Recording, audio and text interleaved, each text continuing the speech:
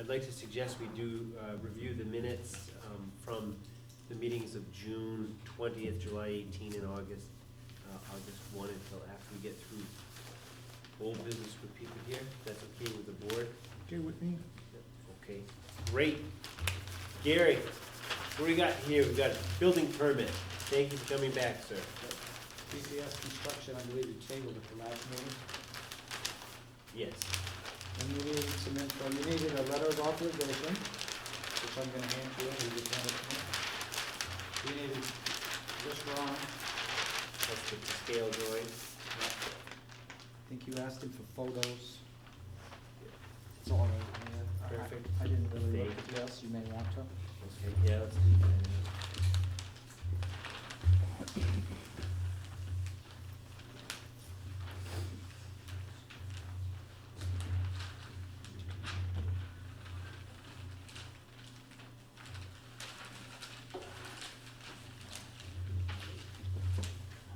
So I have a letter of authorization here from the owners, as well as some pictures that they've provided that may help address questions.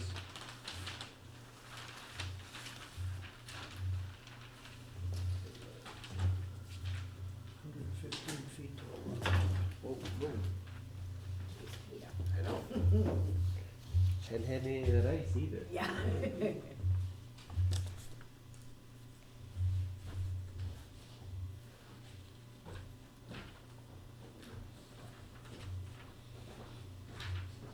Just so you can see what these are.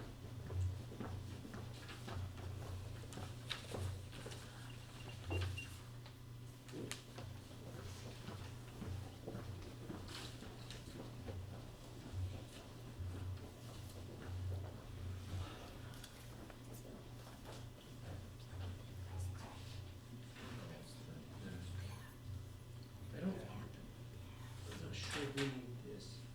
Do we need this part? This was a quick order. what it is, I didn't see it, I don't think so, it didn't look. Didn't look. Oh, part of something to do with discussion. my QuickBooks. Yeah, Yeah. I just wanna make sure it doesn't get lost in the Yeah. shuffle. Okay.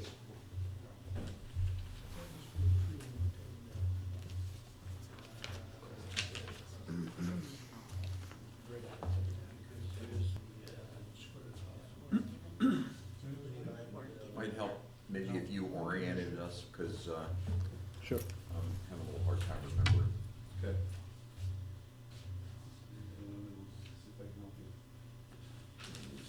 Cause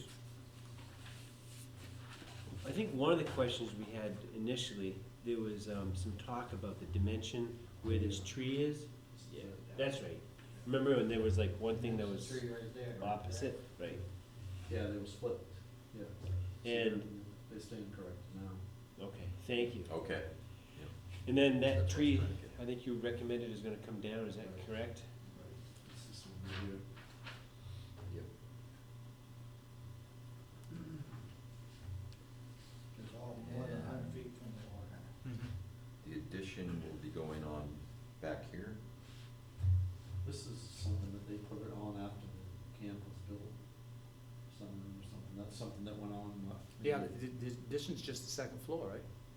The new addition's just adding a second floor. Oh, okay, I got confused by, It'll be from here back. This will stay just the one story. okay. So it's everything but this? Or this is staying one story? And it's staying, okay, all And right. from there back, it's, Okay. and it's a story. Which you read, I think you read the I have what? So if you look at this one, plans. it's just this part. Yeah. Oh, yeah, right here. And 2 stories, where the tree, Yeah, no, Whoops, sorry. it's the entire dimension of the building, right? Except for that little piece on the front. Yeah, right. Hey, Rich, you asked about distance to the normal high water mark. it's 115, right? According to this, yeah, 115 to normal high water mark. Because, and to be clear, the reason why it's here is a non-conforming structure, is that correct? Non-conforming, no, Lot. non-conforming lot, So that's it right there. That's what we Yeah. Okay. Yeah. And which end is the end that's not gonna, This down here, that end, where the addition is? that's that. Okay. See, Oh. and it starts from there back. Oh.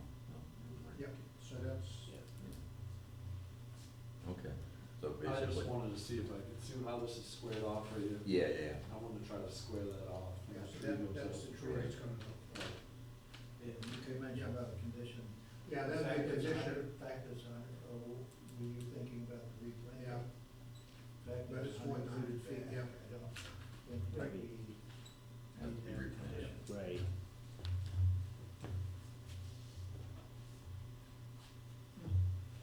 The only reason that we would need to have a condition is if the total lot area is more than 25% clear.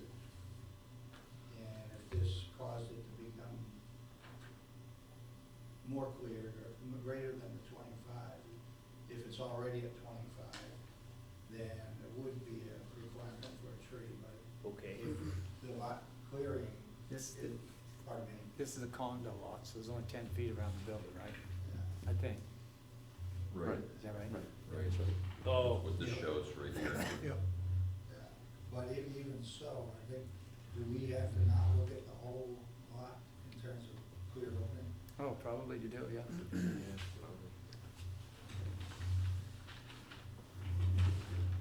But I don't know, would you say, Gary, even down? No, it's been a while since I've been down. Well, no, it wasn't that long ago. There's quite a few trees down now. Oh, yeah. I don't know what you can see in the, With this folded or rolled. it's hard let's to roll see it if because we of can. the way that I'm looking at it. I'm Yeah, I looking know. at, I'm not turned around looking at the Right. whole lot, you know, in the pictures. Yeah.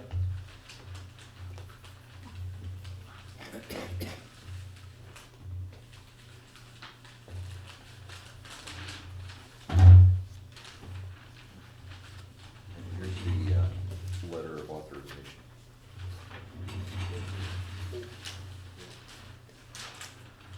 George, you mean you don't wanna count the blocks? What's that? You don't wanna count I the did blocks? count the blocks. Oh, you did? Yeah. Oh, yeah. For sure.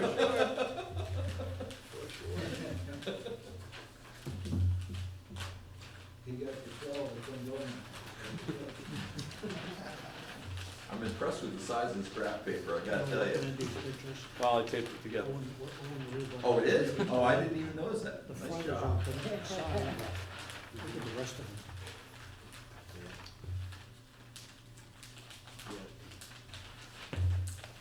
Let's put this all together.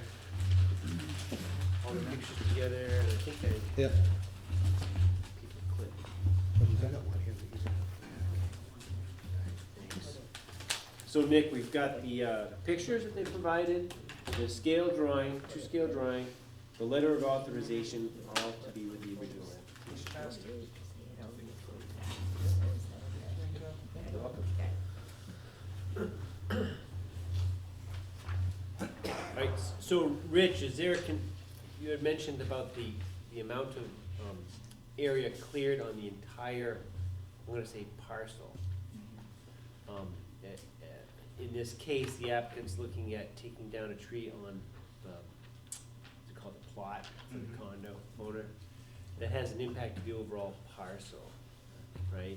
So where in our ordinance that you can think of that would, It would have been in the clearing for development section. like a standard that's somewhere? Yeah, So it might be like, yeah.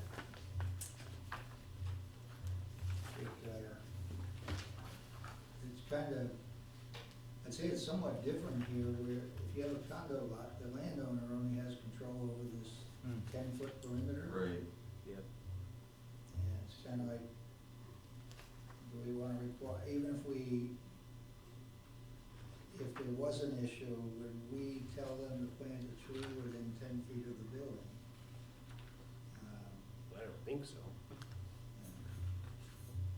And we can't tell them to plant a tree outside of that 10 feet then. So Rich, is it page 45 that That's where I am. The rest is your. clearing and removal of vegetation for activities other than timber harvesting? Yeah, everybody agrees. Right, that's true.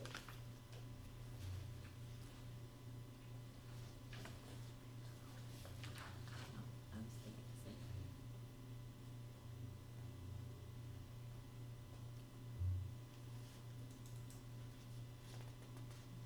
demonstrated.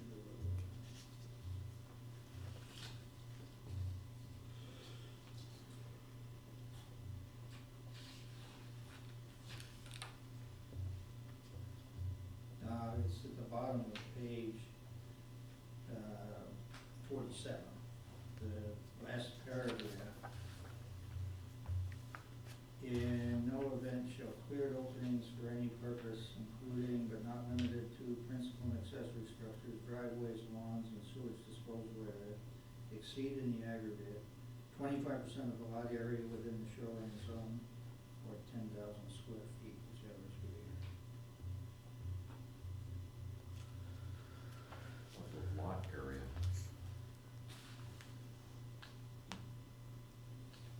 I don't know how big this condo lot is, but if it were,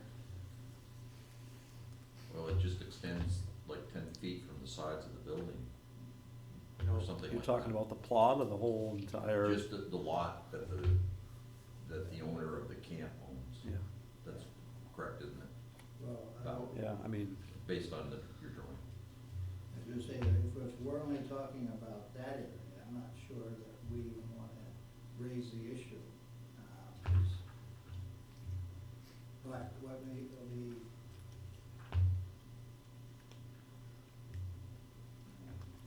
I guess I'm not prepared to argue over the issue anyway. Yeah. That's There is- past 100 feet. There is a definition of lot area, but I don't think it helps. Well, because we're in a condo Yeah, situation right. here. Yeah.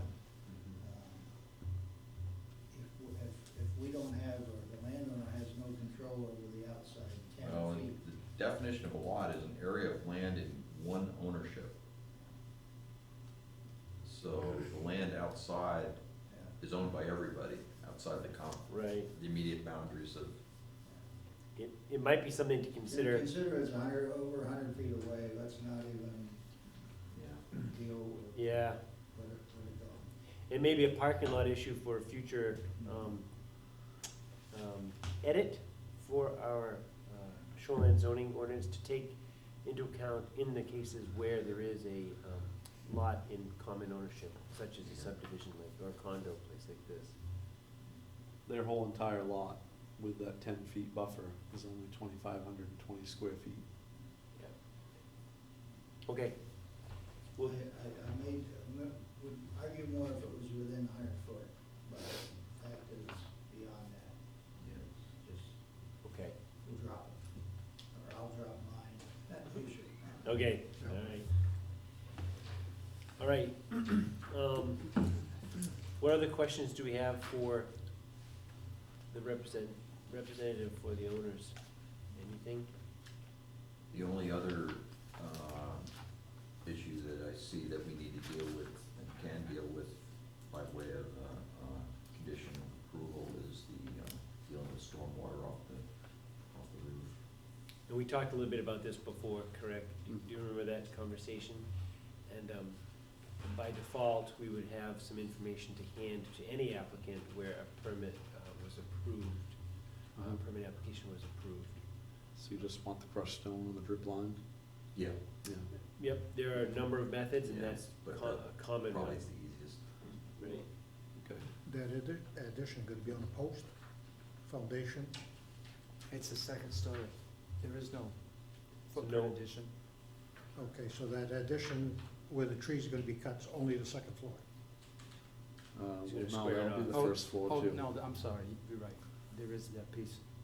Forgot. So that corner of the addition gonna be on a post, or is that a foundation under there? No, I was just gonna put it back on the same thing that the rest of it's on. It's on a cement pier, Okay, cement pillar, a cement, 18 by 18 Round. Round, with a, so no ground Post. disturbance right there.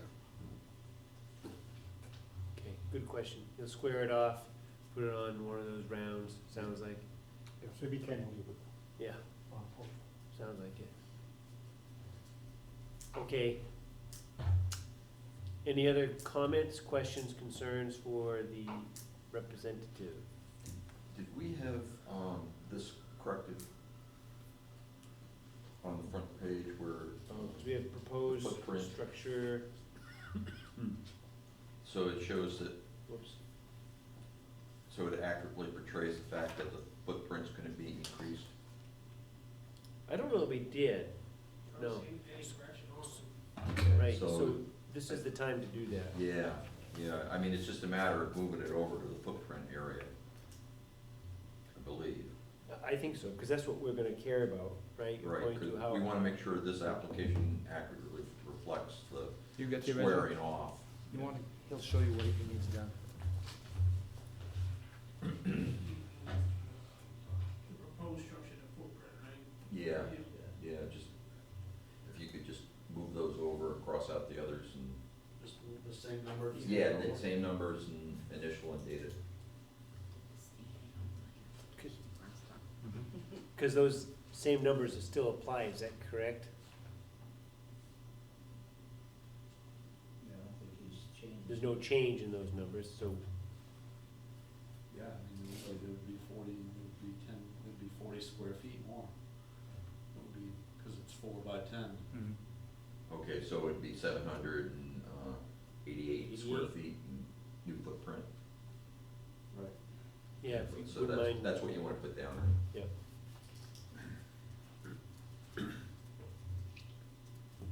And if you could just initial and date that, please.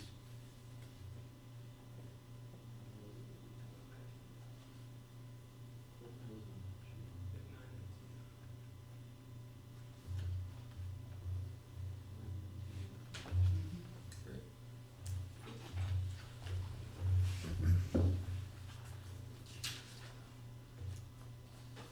Okay. So we've addressed that correction on the permit application. I'm sensing a condition, for it. If that were the case, I'd entertain a motion on this permit application. I'll make a motion to approve the application,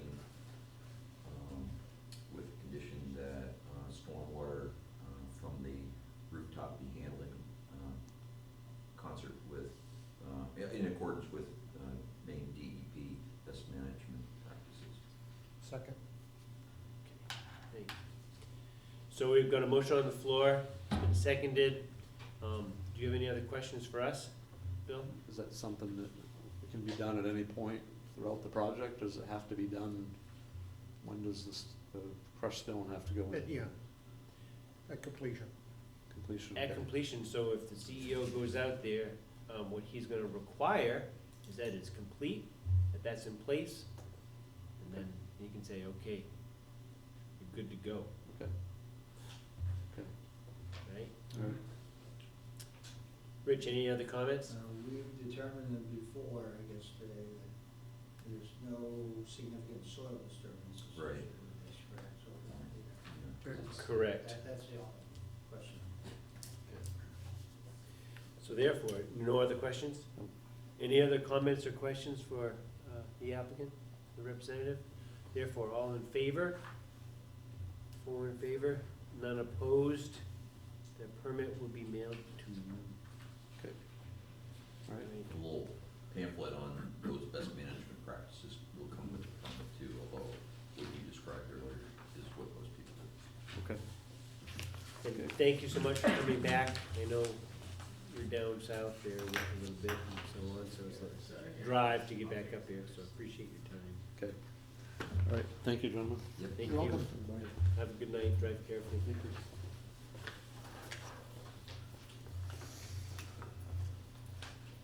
Next up, Gary, what do we have? At your last planning board meeting, you approved an application for Carla Carey to put a partial foundation under her cottage and put an addition on it. And it burned down, as her husband was underneath it jacking it. Not the one last Wednesday? Yep. Yep, all the screaming fire trucks. So essentially, she wants to rebuild the exact same footprint, the same area that you had previously allowed. Nick, you have those pictures? Yes. And you have that? Yeah, I think and we I have have- the pictures with the permit, Gary. At the other, meeting, you asked that within, Change the plot? change the plot, and I do have that, so I'd ask for you guys if you could sign, and then I can take it to the registry. So they get a copy. Yep, there's, Thank you. he said he gave adequate for that, the Mylar, and one copy has to come back with me, all be signed, and come back with me to take to the registry. Which one is it again? Number 4. Right there, it's number 4. Oh, yeah. Yep. Extend it. Yep, Yeah.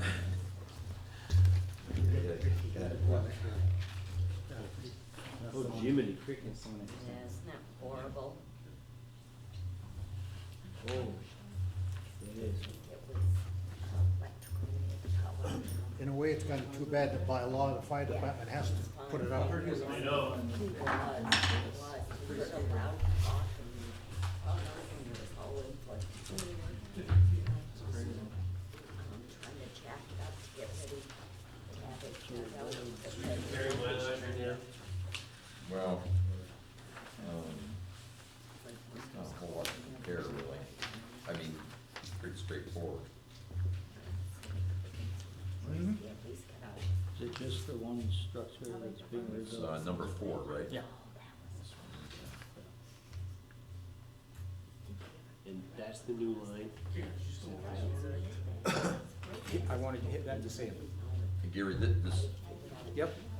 most northernly, I guess, is the new line, the moved line that's Yes. been moved Yes. closer to that road.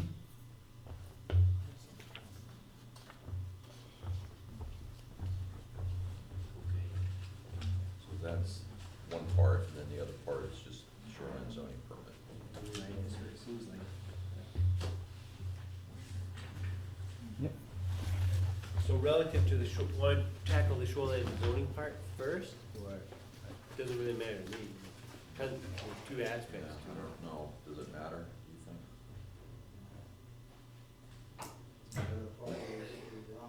Yeah, yeah, I mean, Yeah. this is just an amendment, a subdivision amendment, it. It really is. It's a lot, it's sort of independent. Yeah. Right, it was Regardless of, to me, it seems like regardless of what happens to the shoreline zoning permit, that's other information about what they're asking to do.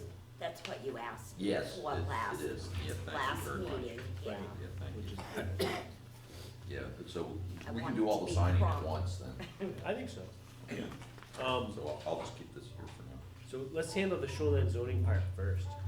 You guys So- have some color photos, it will be like, just have something rich, this photo's good. Oh.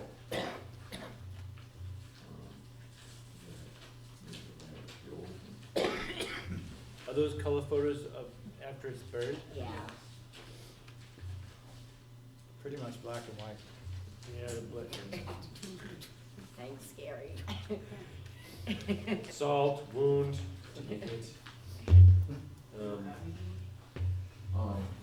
I saw him on, what you sent me on the computer, it's, wow.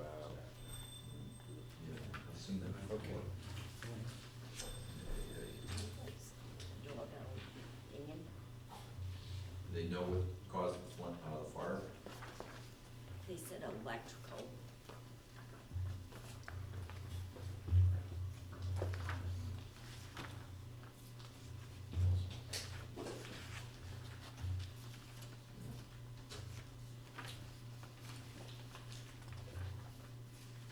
Roger, do you wanna see the photos? Yeah, I've got photos over there. You do? Yep. You want to start? I looked at the black and white ones, I'm good. Have you looked at those 2 H bonds, that building close to the water? It is. This building is close to the water. What is the distance? 45 feet, if I recall. She's allowed 1,000 square feet. That's what you approved last meeting. Yep. And so this proposed construction is at the It's 1,000. the same building. It's the same, I'm looking at The page exact 14, same. number 6. page 14. And about reconstruction and replacement of 50% destroyed. If that's gonna It may kick be in. reconstructed or replaced provided that a permit is obtained within 18 months. This is within 18 months.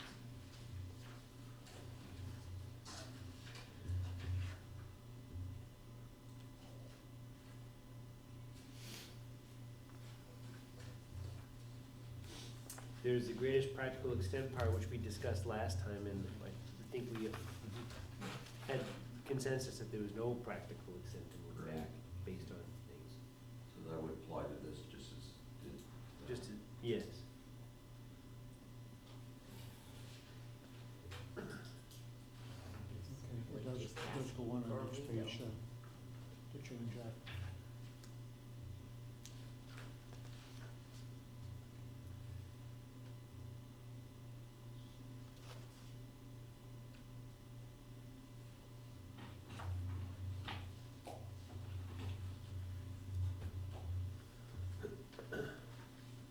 Okay.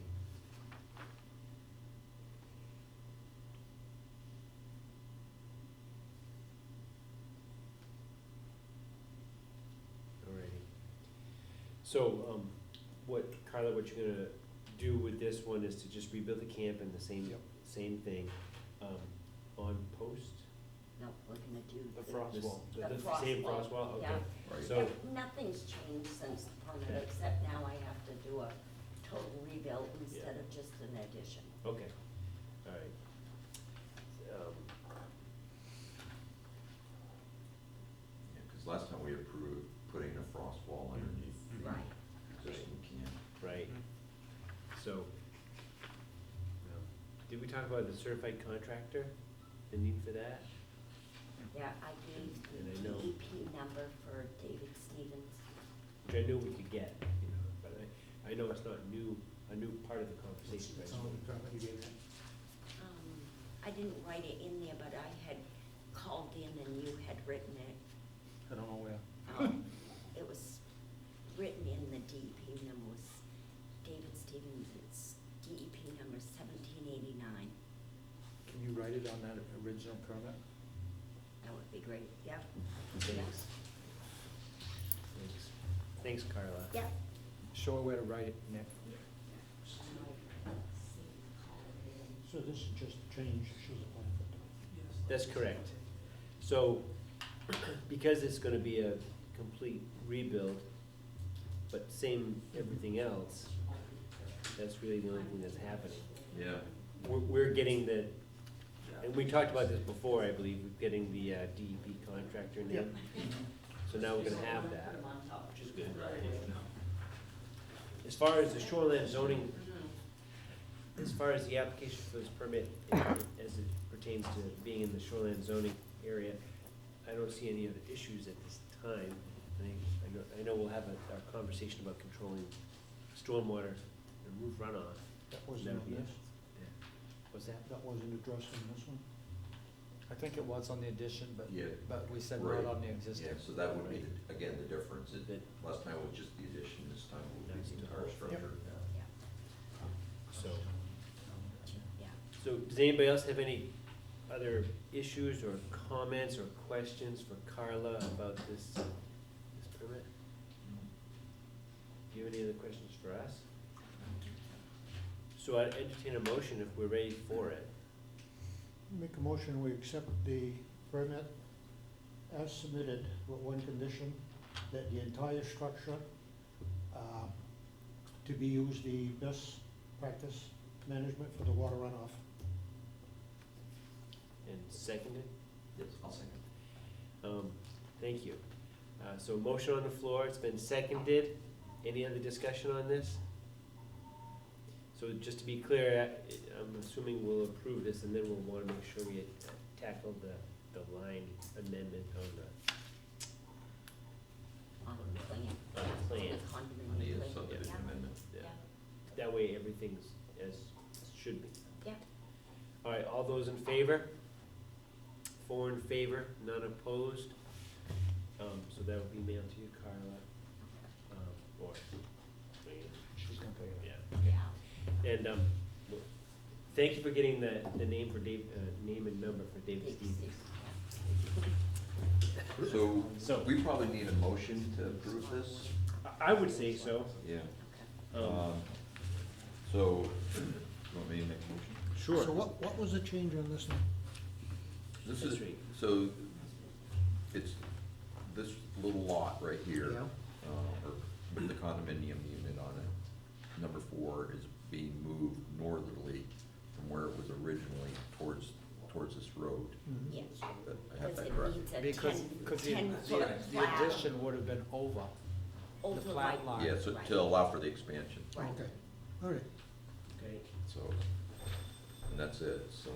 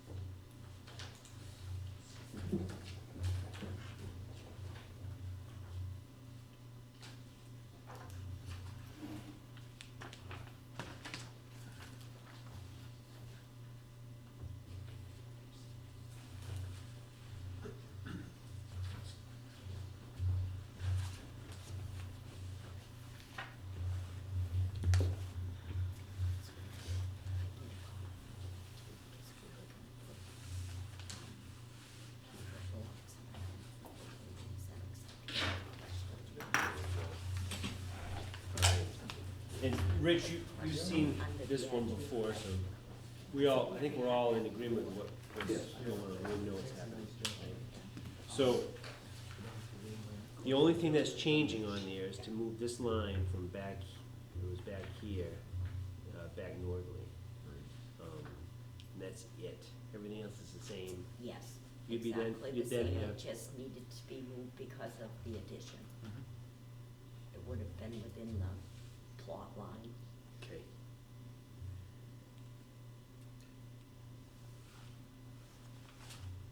Did he?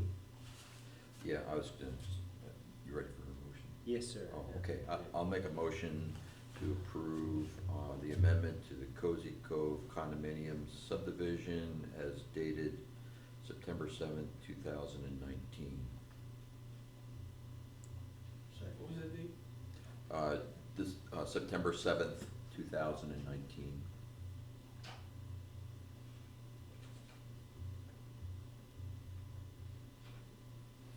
Richard seconded.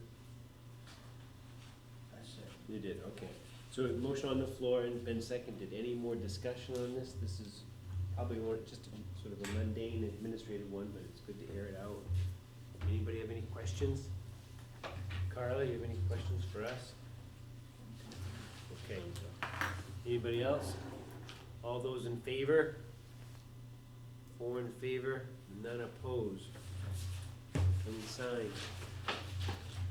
Then you'll have the paperwork to take with you back to the registry and all that. Yes.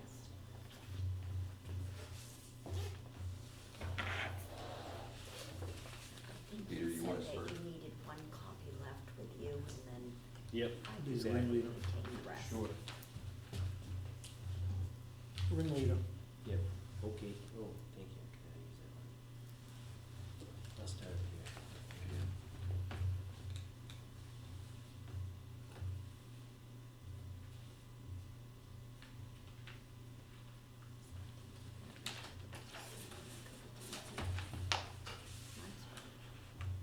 All be done. Mm-hmm. Yeah, nope.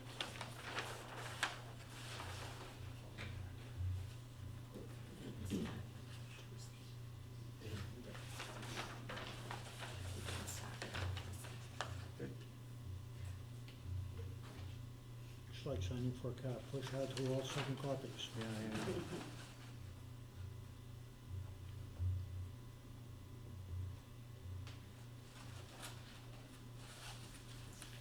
Or do you wanna give it Go ahead, a you're go? right there. Huh? You're right there, go ahead.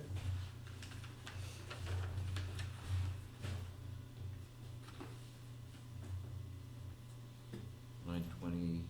9/19, happy palindrome day.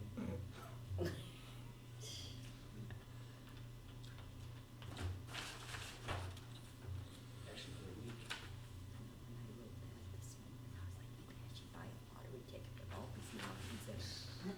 I might get a change at some point, right?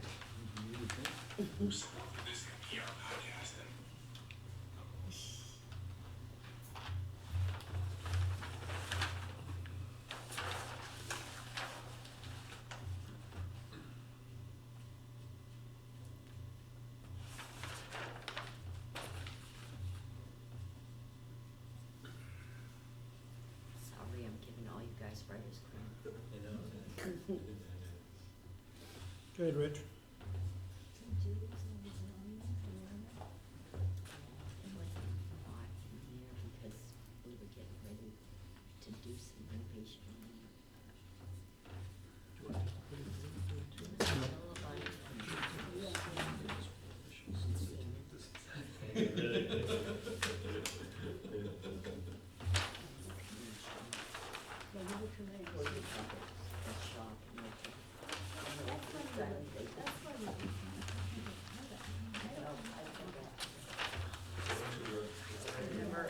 I remember,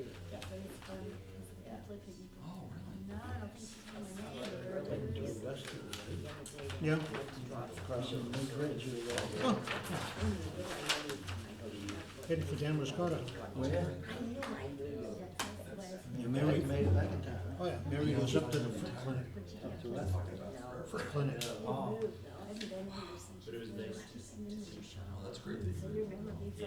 Yeah. Really. Matt showed up. Yeah, Scott did. Yeah. Did you hear he got yet another award from EPA? I had not, that's great. You'll have to come see me.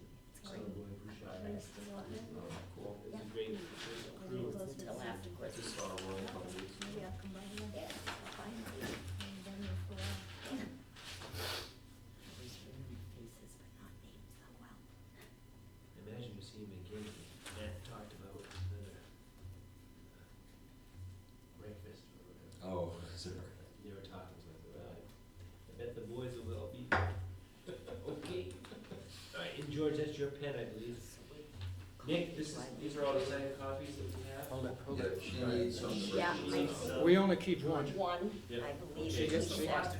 We don't keep that. No, I, Well, that goes to the registry needs the Mylar. One. Yeah. Yeah, one piece. I just know what they told me. I just know what they told me. That's right. Follow the directions Why well. don't you sign this too? No, that's your pen, isn't it? No. Oh, it's thanks, he's trying to give me pens too. That is- Just look at the White House give away all the pens. Yeah, well, I, people also appreciate that. Okay. So that's good. All right, Carla, you should be set. Thank you so much, and thanks for making sure I get on this meeting so we can get everything going. I You bet. appreciate it very much. Thank Glad you. to do it. Thank Glad to you. do it. Good luck on the whole thing. Thank you. Not easy. Thank you, Gary. Yep. And Nick, I'll call in the morning and I'll come pick Yeah, it that's up. fine. Okay, thank you. See you. Hey. All right.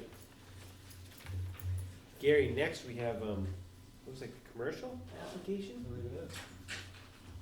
Oh, here's my agenda. Lost my agenda. It's Ashley Matthews, and she is looking to purchase the old town office, former town office. Is Ashley here? Yes. Hi, Ashley. Hi. Welcome. Convert the space to retail. And add a storage shed, it says. Okay.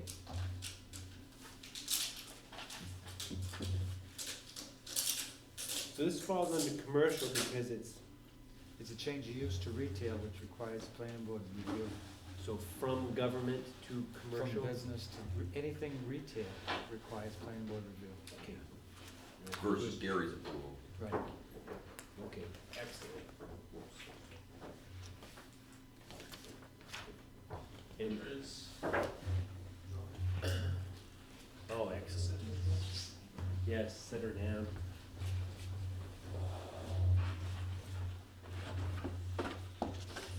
There's actually a little bit that had to change due to the DOT, because we didn't have the 150 streets that the parking lot already has.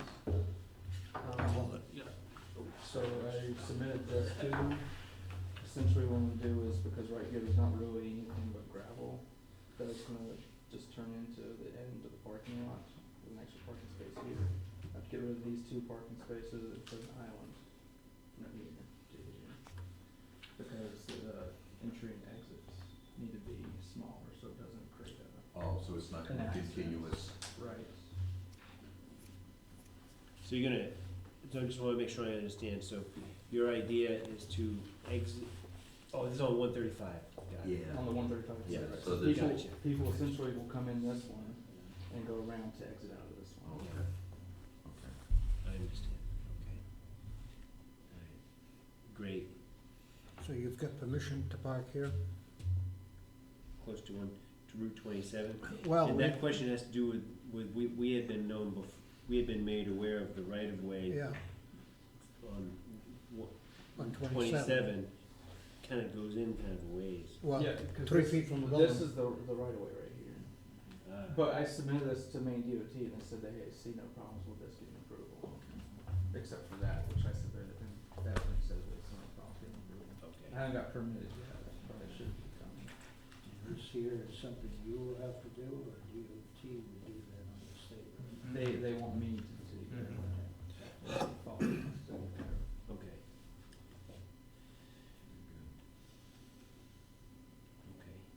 great. And, are you folks in the process of purchasing or have you purchased? No, we're in the. We're in the process of That's purchasing. just the Under contract. handicap. Yeah, cause, part of, believe so, the yeah. contract that we sent to the town Should we was, get this in pending writing? approval of it being That used they for can- yeah, retail that use. they can put Okay. that in? Well, I think it's part and parcel of the overall DOT, Okay. Gary, did you speak with Is the that applicants? something that? So they understand that they take probably 2 visits to get through this? I don't know he if I said he mentioned would that. apply for it, and he's So waiting. there's a checklist, I believe that's the second. Ah, thank you. Perfect, thank you. The sign is on his line, okay.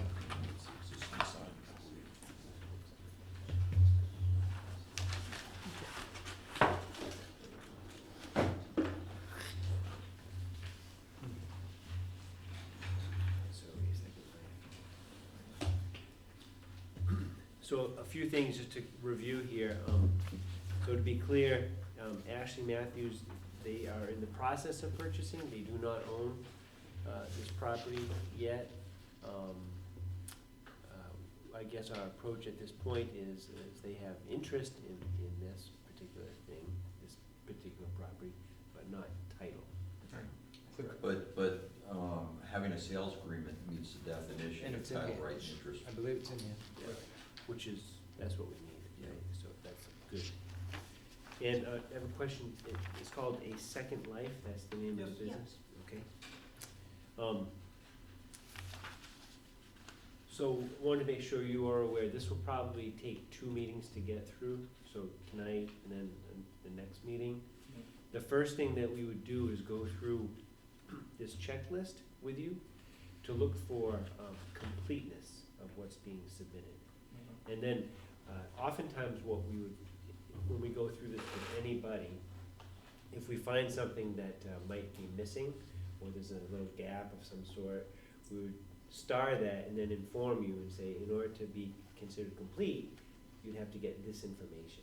Does that make sense? Yeah, absolutely. Okay, so, please bear with us as it's a little bit boring and administrative, and we have to ask a lot of questions, That's fine. okay? All right, are we ready to go for it? Nick, you provide us with our wonderful checklist. It's only 100 pages long, don't worry. Easy. Yeah. All right. Gentlemen, are we ready? Okay. Go for it. As we ever will be. As ever we will be, okay. It looks as though on this checklist that a fee has been paid. Thank you, Nick, you've got the, okay, great. Notice provided by CEO is not applicable in this case. First on this is application form. So the wording's not always perfect, but it's either gonna be considered complete, not applicable, or waiver request approved. So application form. I guess we have it, I don't know if I would consider it So, complete though. Peter, are we gonna go through page by page of the application as we've done in the past, or how you? Oh, I'm sorry, yes, we want to do that. How do you envision, So before we get to anything like that.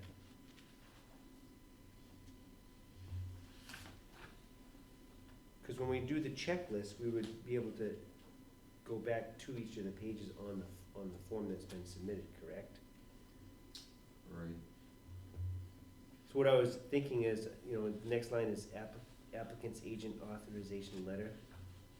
I mean, you could, if you prefer, another way to do it would be to go through the, you know, leave the application, don't indicate whether it's complete or not, because we haven't gone through it yet. Right. And move on to all the attachments of the application, if you prefer to handle it Can that you way. put some copies in the checklist? I don't know if that helps you with the look or anything. No? I don't know, it's okay.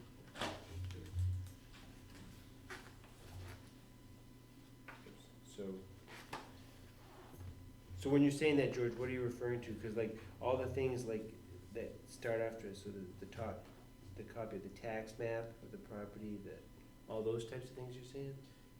That would be one way. The way we've done it in the past is we've gone through the application to make sure Ah, gotcha. the form itself is complete. Okay, And then we've gone back and done the checklist, okay, because it's more inclusive. yep, let's do that.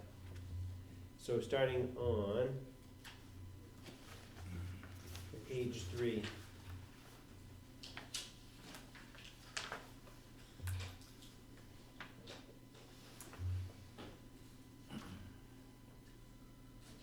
So the applicant information. The Second Life, property owner, we kind of Belgrade currently.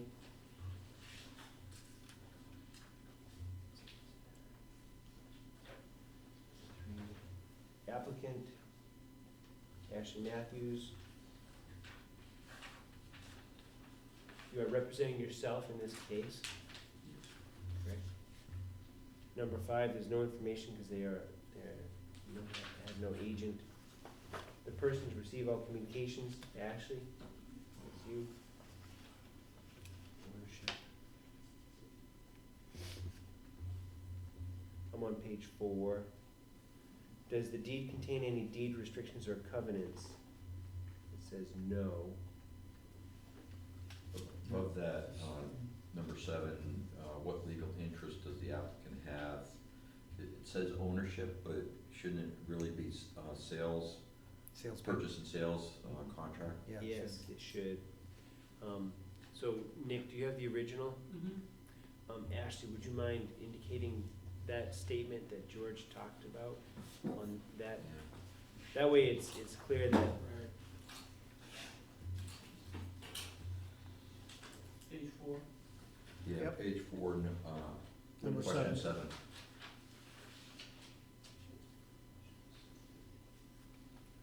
So if you could just change, just cross out ownership, and if you could write down purchase and sales contract, that would be more accurate, than date it and initial it, please.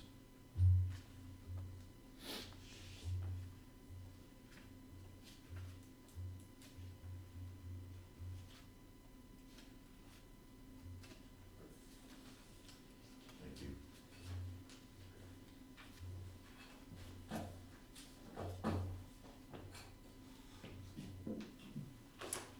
thank you, Ashley. Hopefully you will own it, but at this moment in time, not quite. Okay, moving on, land and location information, number 8. This is on tax map 7, lot 35, it indicates here. 6 Manchester Road, total acreage, 0.25 acres. Existing conditions on the parcel, structures. There is a 36 by 36 general commercial structure on that parcel. 12. Is any part of the property in the shoreland zone? That answer would be no. Is any portion of the property within a special flood hazard area? as depicted on the FEMA flood insurance rate maps. That should be no. If it were, we'd have trouble. Is the property part of an approved subdivision? There's no answer there. Should be no. Ashley, would you make sure that the original has that?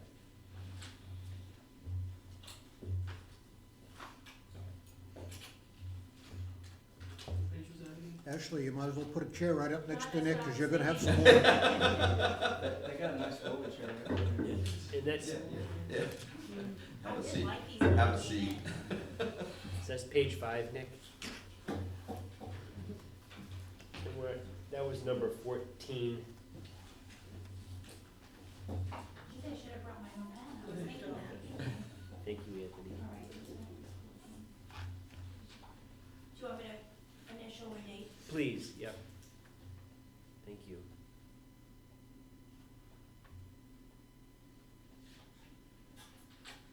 Okay, moving on to item number 15, is the property to be developed located within 500 feet of a municipal boundary? The answer is no. Next, proposed development and land use application overview. So 16 says provide a brief description of the development or proposal.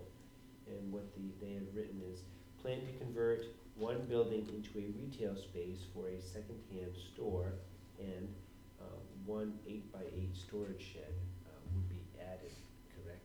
Is Yes. that- To that lot. 17, are there any waivers of application submission requirements or ordinance performance standards being requested with this subdivision? They've answered no. 18, application fee to be submitted, amount attached. I think that was already submitted, Yep. correct? Yeah.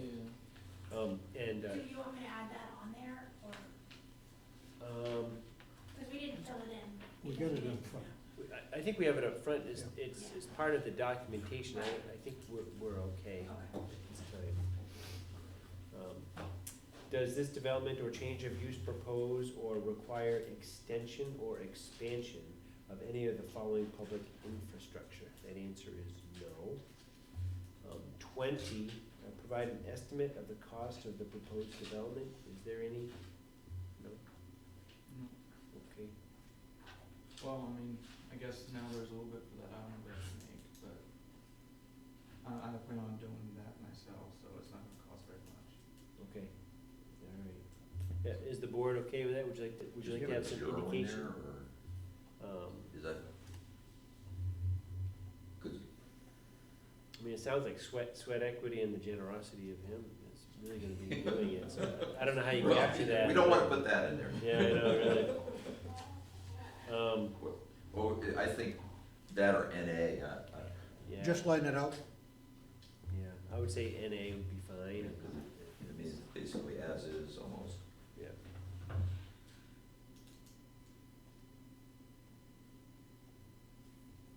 Next, 21, provide an anticipated start and completion of the construction dates. There's really no construction other than the island. That should be NA. So Because the NA, permit itself is gonna go in the idiot. right. 22, will any portion of the land parcel or structure be dedicated to a public use? That answer is no. 23, identify method of water supply. You're gonna use the on-site ground well, that's there, water well. And is the water supply to be used for fire suppression? You've answered no. Correct. Next, will the project, or will the projected total water demand of the what is the projected total water demand of the development or use? And you've indicated less than 2,000 gallons a day. Will the water supply meet the state definition of a public drinking water supply system? You've answered no. Next, is water supply adequate for proposed uses and projected demand? You've answered yes. Identify method of sewage disposal for a proposed development or use. You've answered individual subsurface disposal system, one that's there currently. 25, what federal or state government permits or approvals are required by this proposed development or use? And you've indicated that Maine DOT, that answer is no. Is that correct? That's not correct. Yeah, that's Yeah, what I think it's thought. changed, Somebody right? told Yeah, us. it's changed, yes. So we might wanna say yes. Yeah. Was And it their DOT access permit that you've Yeah, applied for? entry and access, yes. So what did you say it was called? Yes. Entry and access permit. Yes, yep.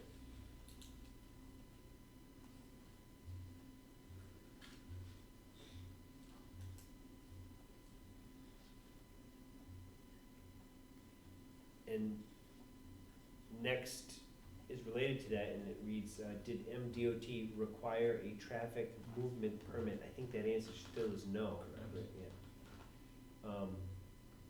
Next, Maine State Fire Marshal, yes, no. You've answered no, because that has to do with if DOT requires a traffic movement permit. Wait. Oh, these are just other types of permits. Maine DEP, you've answered that's not needed. Or you're not doing anything. Maine DHHS Drinking Water Program, approval of a public drinking water system, you've answered no. US Army Corps of Engineers, you've answered no. Other, you said no. Are you applying exclusively for approval to mine existing sand or gravel pit for the next 5 years? You've answered no. Then we proceed to 27. No. How will development of, or proposed use control emissions of, oh, yeah, sorry. Yeah, that's correct. How will development or proposed use control emissions of dust, ash, smoke, particulate matter, or other air pollutants? You've answered, proposed use will not change existing emissions or air pollutants. Does the proposal meet applicable federal and state air quality regulatory requirements? You've answered yes. Estimated peak daily traffic, vehicle traffic to be generated, you've answered 40, you're anticipating 40 vehicles to be traveling through that, or That's the peak. that's the peak, Right. right? Estimated peak hourly traffic volume, 10 vehicles, is that correct? Mm. How were these figures estimated? Explain or cite methodology used. You've indicated these figures are the peak averages at our current location, so you're using numbers based on your current location. And where is that location? Farmingdale? Farmingdale, okay. I was gonna ask the same question, not because it has anything to do with anything other than I'm nosy. Yeah, interesting, yeah. Curiosity. Moving on to number 29, how many vehicle access points are to be provided from a road? We have, it says 1. Okay. So probably now 2, based on, No, it's still one because it's one entry and one One exit. exit. okay, thank you. Good.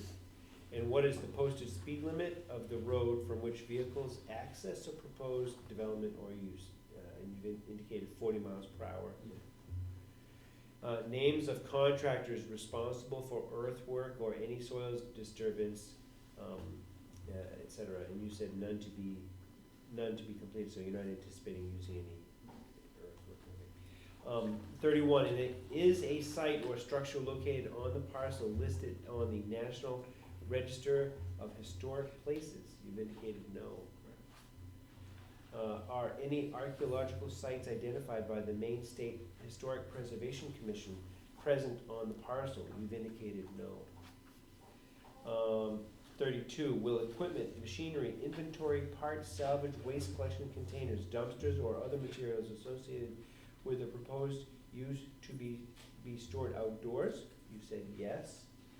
Because it sounds like you probably have a place for one of these things on the property.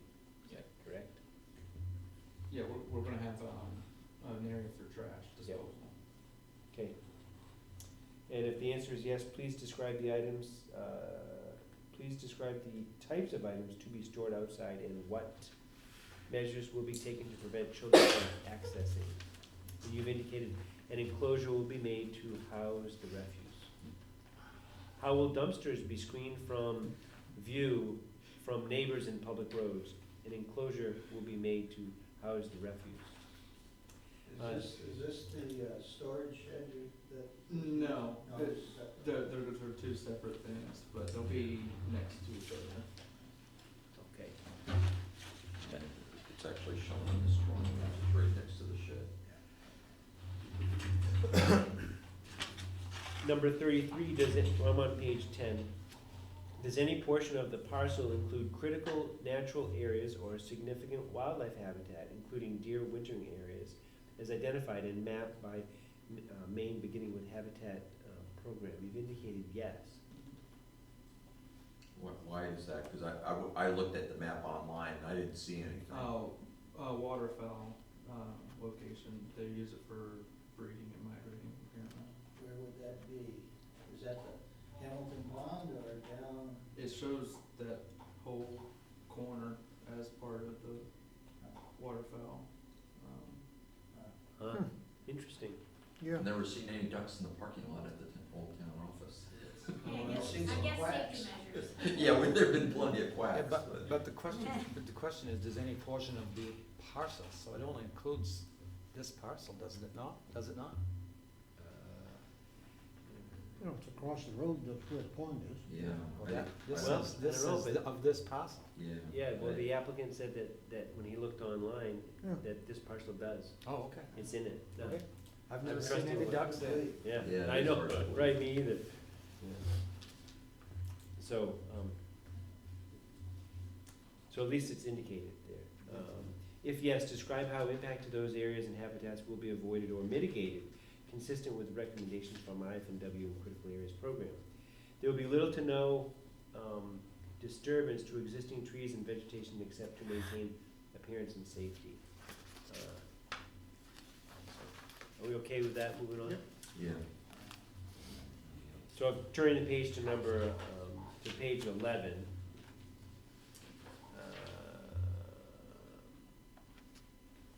34, if parcel includes wetlands, describe how impacted and or will be avoided or mitigated. You have no answer there, so I'm thinking, because we know there are no wetlands up there at that area. If I'm that's a thinking wetland, we're in trouble. we are Yeah, in deep we trouble. are. Put NA I'm thinking NA would be appropriate, thank you, Ashley. Number 35 is development or change of use located on a hilltop or the lake shore. No. No. No. It's kind of an interesting question. I thought the same thing. Yeah. And it took me a minute to think on it too, cause I was like, it's neither, I guess. Yeah. Moving on, 38, other than from safety signals and other emergency warning devices will maximum noise levels produced by the proposed use exceed 60 decibels between 7 a.m. and 9:30 p.m. or 45 decibels between 9:30 p.m. to 7 a.m. at the property lines or the lake shore. You've answered no. Will the noise standards be exceeded at any time during the course of a single day for more than 15 minutes? You've indicated no.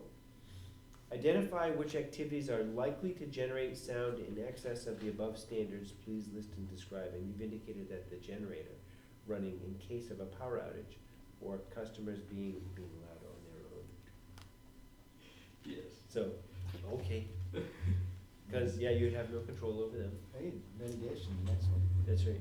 So what noise monitoring, suppression, and mitigation buffering measures are proposed? Please describe. Your answer is, if customers were to create a lot of noise, they would be asked to leave. Okay. Great. And moving on to page 12.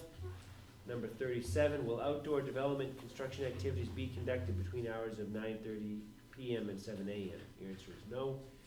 Are residential uses present on abutting land parcels? You've answered no. I have a question about that. What's going south towards Rich's place, is that abutting? That's a home occupation. So it's not a resident, He lives there. so is it? Oh, all residential uses. Because the question is, are residential uses present on abutting land parcels? That should say yes. I think so. Yeah, Ken's house is right next door. Yep. She hear me? I see you're signing and dating right now. Thank you. I'm good at following directions. Just not good at reading, apparently. All right, provide the number, design, location, and illumination intensity of outdoor lighting fixtures. And you've indicated the location has existing outdoor lighting. Go back to the other one, it says if yes. Oh, I think they ought to put that the buffer that's existing will be maintained. okay, so, Is there a think- buffer? I think we'll get to that. They're just Oh. trees, Well, it says, that they changed it to yes, so it says if yes, both, what noise suppression measures will be implemented? List and describe. There's trees there already, so just put down the existing buffer will be maintained. Oh, I see. Good point. okay.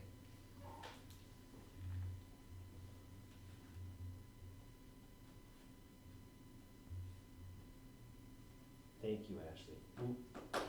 Moving on to the next one, provide the number, design, location, and illumination intensity of outdoor lighting. You've indicated the location has existing outdoor lighting. I don't know what the illumination intensity is there. Is there any record of that light that, I think what's key is that it remained the same. Hasn't changed. yeah, I think that's your intention, the way that, Right. yeah, okay, the way it's answered. okay. So, I Do don't you know, want me to maybe write just that? adding that will remain Yeah, that'd be fine. and remain the same. Yeah, remain the same.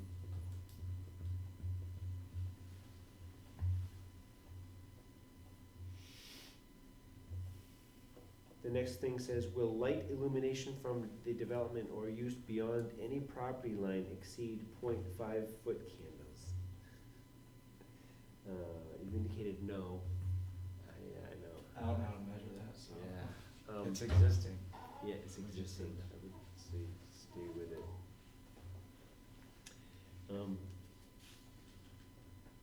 And we may wanna think about how that's worded another time. 39, describe off-street parking to be provided for the development use, including the number of general use parking spaces, handicap spaces, and oversized vehicle spaces to be provided. You listed 1 handicapped space and 11 general use. It's now changed to 10 general use. 10. Ashley, would you mind changing that to 10? I compared it against the standard in the ordinance, and they're only required to provide a minimum of 8, so they're You're over the going standard. over? Okay, thank you. How often and where will delivery trucks be unloaded or loaded? You indicated there will be none, no delivery trucks. How do you get will you get your sales items there, or something, is it people drop them off? Yeah, usually they just bring in a basic car, so they would fit in a regular parking space. And it's usually just a couple bags at a time. It's not like a huge truckload of stuff, so it doesn't really interfere. And then at times I bring my truck and trailer, but I can park my stuff where it doesn't affect anyone else. Will vehicles loading, unloading protrude into a public road? You've indicated no. Moving on, will delivery vehicles need to back into unloading, loading areas from a public road? You've indicated no. How many loading bays will be provided as part of off-street parking? You've indicated 0. Describe number 40, describe measures to be provided for security and fire protection for the proposed development or use. You've indicated surveillance system will be installed. Location has existing smoke detectors. They may need to be updated. Will add fire extinguishers throughout the structure. Is that correct? Yep. Okay. Is the footprint of any building greater than 10,000 square feet? No. Will development or use exceed the capabilities of the Belgrade Fire Department? You've indicated no.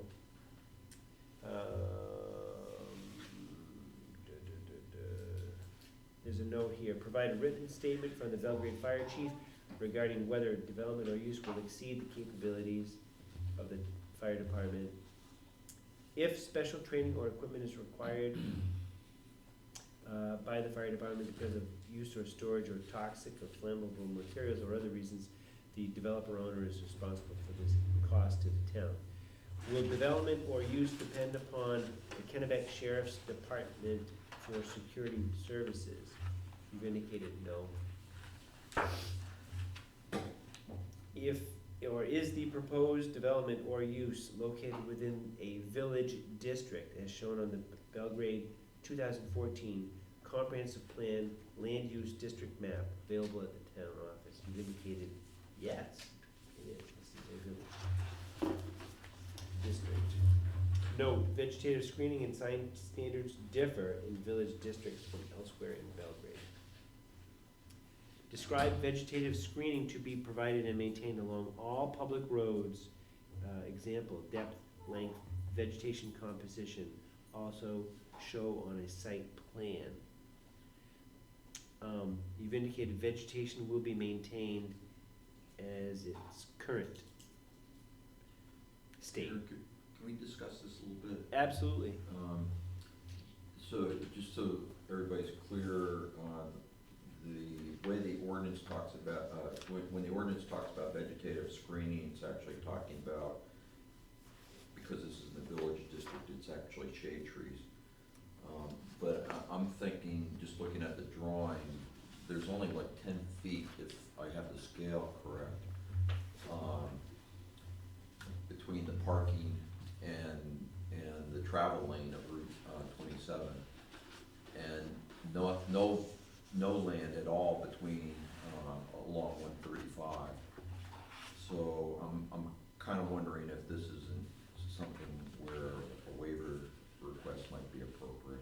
Well, in the 10 feet you're talking about is in the right of way. Right, it's in the right of way. Yeah. So how would we do that, right? Yeah, I can't imagine that would be safe, or DOT would permit Right. a planting of shade trees in there, so.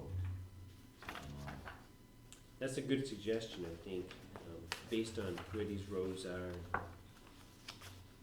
and limitations and constraints. I would say that would be appropriate. How does the board feel about that?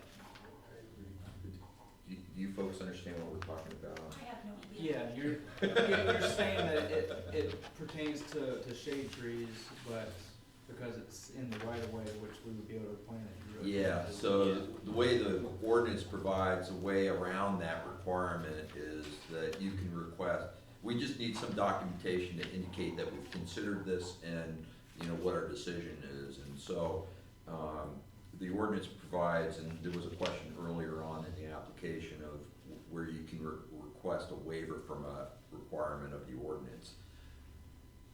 That could just be done in the form of a letter that could be brought to the, you know, submitted. At the next meeting. At the next meeting. And I think that, at least as far as I'm concerned, is the easiest way to deal with it. It would be for me too, especially when we look at Well, you gotta keep in mind, it's only a quarter of an acre. quarter of an acre and where the Yeah. right of way is. I mean, Yeah. it's Yeah. top- you know, there's no way we could ask No. that someone, you know, do something In the right of way. in the right of way. Yep. And, if it weren't a right of way, that would be maybe a different story. But in this case, it's entirely, this is very unique. This is, On the flip side of that, though, is we can't just ignore that requirement It'd be a shade tree right in the middle of without the roof. some request on your part that we, you know, waive it. Okay, so we can leave that kind of setting it aside for a moment, and we'll come back to it sort of at, when Peter wraps up on what else may be yet needed. Okay. If that's satisfactory. that would be good by me.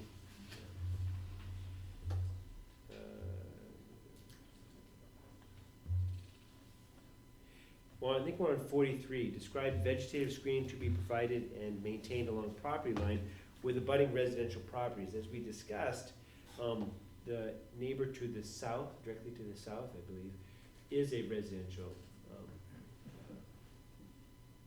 property. So rather than saying there are no abutting residential properties, I think we need to alter that. That it maintains. Yeah, just maintain what's there now. So we're saying this, and I'm thinking Ashley's catching it, but, yeah, You could put there is one abutting property, Yeah. vegetation to remain.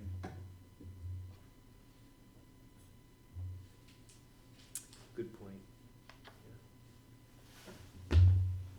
Moving on to number Ashley, 40. were you able to get that? Okay. Number 44, provide number, size, square feet, location, anchoring, and height off ground level of each proposed advertising or informational sign. And you've indicated that the location has existing spot for a sign. I think, if I may chime in here, I think we're looking for, whatever you plan to use, is it shown on the plan? It is. Yes. Okay. It is. Size on it? Size shall. Size? The size is, but it shows it in the current location. Yeah, but they ask for the size as well. Provide number, size, square feet. Right. So I guess the question for you folks is it, you're gonna retain the existing sign size and just put your sign on top of it, or Basically, it's? right. That is 100% right. Yeah, so it's that big right there. That's it. That's where it came from. You know, when I sat down here, I thought it looked like the old sign, but I thought it was No, that's, just, someone made one that looked like. no, that's where it came from. It looks so big right here. Yeah. So, Doesn't it? yeah, cause for example, the sign size in the ordinance is limited to 32 square feet. Yeah. I bet if you put them together, it wouldn't exceed that. Right, that, it might very well, but I guess we just need, We need a number. yeah. So basically, we should go up there and measure it and get a number for you, obviously, we can't do it right this minute. Or you could, That's fine, if that's what, or you could just write 32 feet. And if yeah, it's sm- if or no it's- more than 32 square Yeah, feet. no more than 32 Yeah, feet. absolutely. That would be Easier. Yeah. Yeah. acceptable.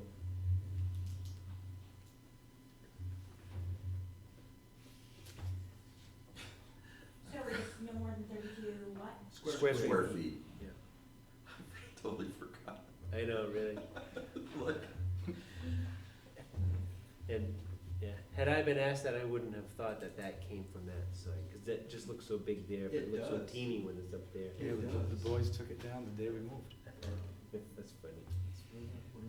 Number 45, will any exterior signs be illuminated? And that answer is yes, you're gonna use the same illumination spotlight, features, yeah. yeah. Describe the shielding to be provided to illuminated signs. You've answered, the lighting is designed to be aimed at the sign that will have our store name on it. Okay. We so do, it'll be like downward facing? Yeah. Correct. we do have a cutoff time for those lights. The next question we do, yeah. Oh, it's on here? Okay. Provide hours of operation for illuminated sign, and you said always, so it'd be always on. Page 25B. So the ordinance, doesn't allow the lights to be on between 10 PM and 6 AM. Unless the business is Yeah. open. Open. Unless you plan to be open during those No, hours. don't plan to be. No.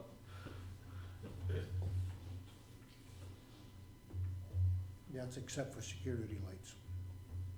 So between 10 and 6. Yeah, So I It'd can be say off. 6 to 10. you can, 6 AM to 10 PM. I don't know that it will be on. Right, yeah, But just to cover myself, yeah, that's fine.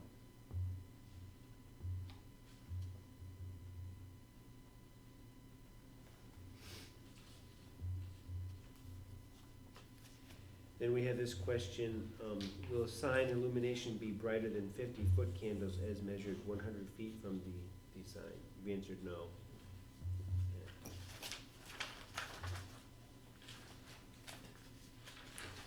Moving on. Downward facing lighting like that, it's pretty hard to exceed that Yeah. standard. Yeah, we should probably come up with a way to help people understand what that unit means and how to do it. Cause it's, yeah, anyway, it's time for another discussion, but we should do that at some point, We ever have somebody come in with a big neon sign, right? that's when we'll have to worry about it. Yep. Is any sign to be electronically or digitally a changeable sign? You've answered no. Number 47, describe solid waste to be generated, including types of waste. You've indicated paper, plastic, glass, clothing, and wood scraps. Estimated volume per year to be generated in cubic yards per year. You've indicated, we're reading 104, is that? Yeah. Is that based on previous? Well, cause we share a 4-yard dumpster with the place we're currently in, and once a week. Yeah, so 52. Right, it's kind of an educated guess. Yep, okay. And the method and location of disposal for the waste, you've indicated that at the transfer station you go to. 48, will oil, petroleum, or propane be stored or handled on site, other than during project construction? A heating oil tank smaller than 330 gallons or a propane tank 200 gallons or smaller? You answered no. There's actually 2 propane tanks on there, so that needs to be changed. Okay, So propane is stored there. so we wanna say yes and then say 2 propane tanks? Correct.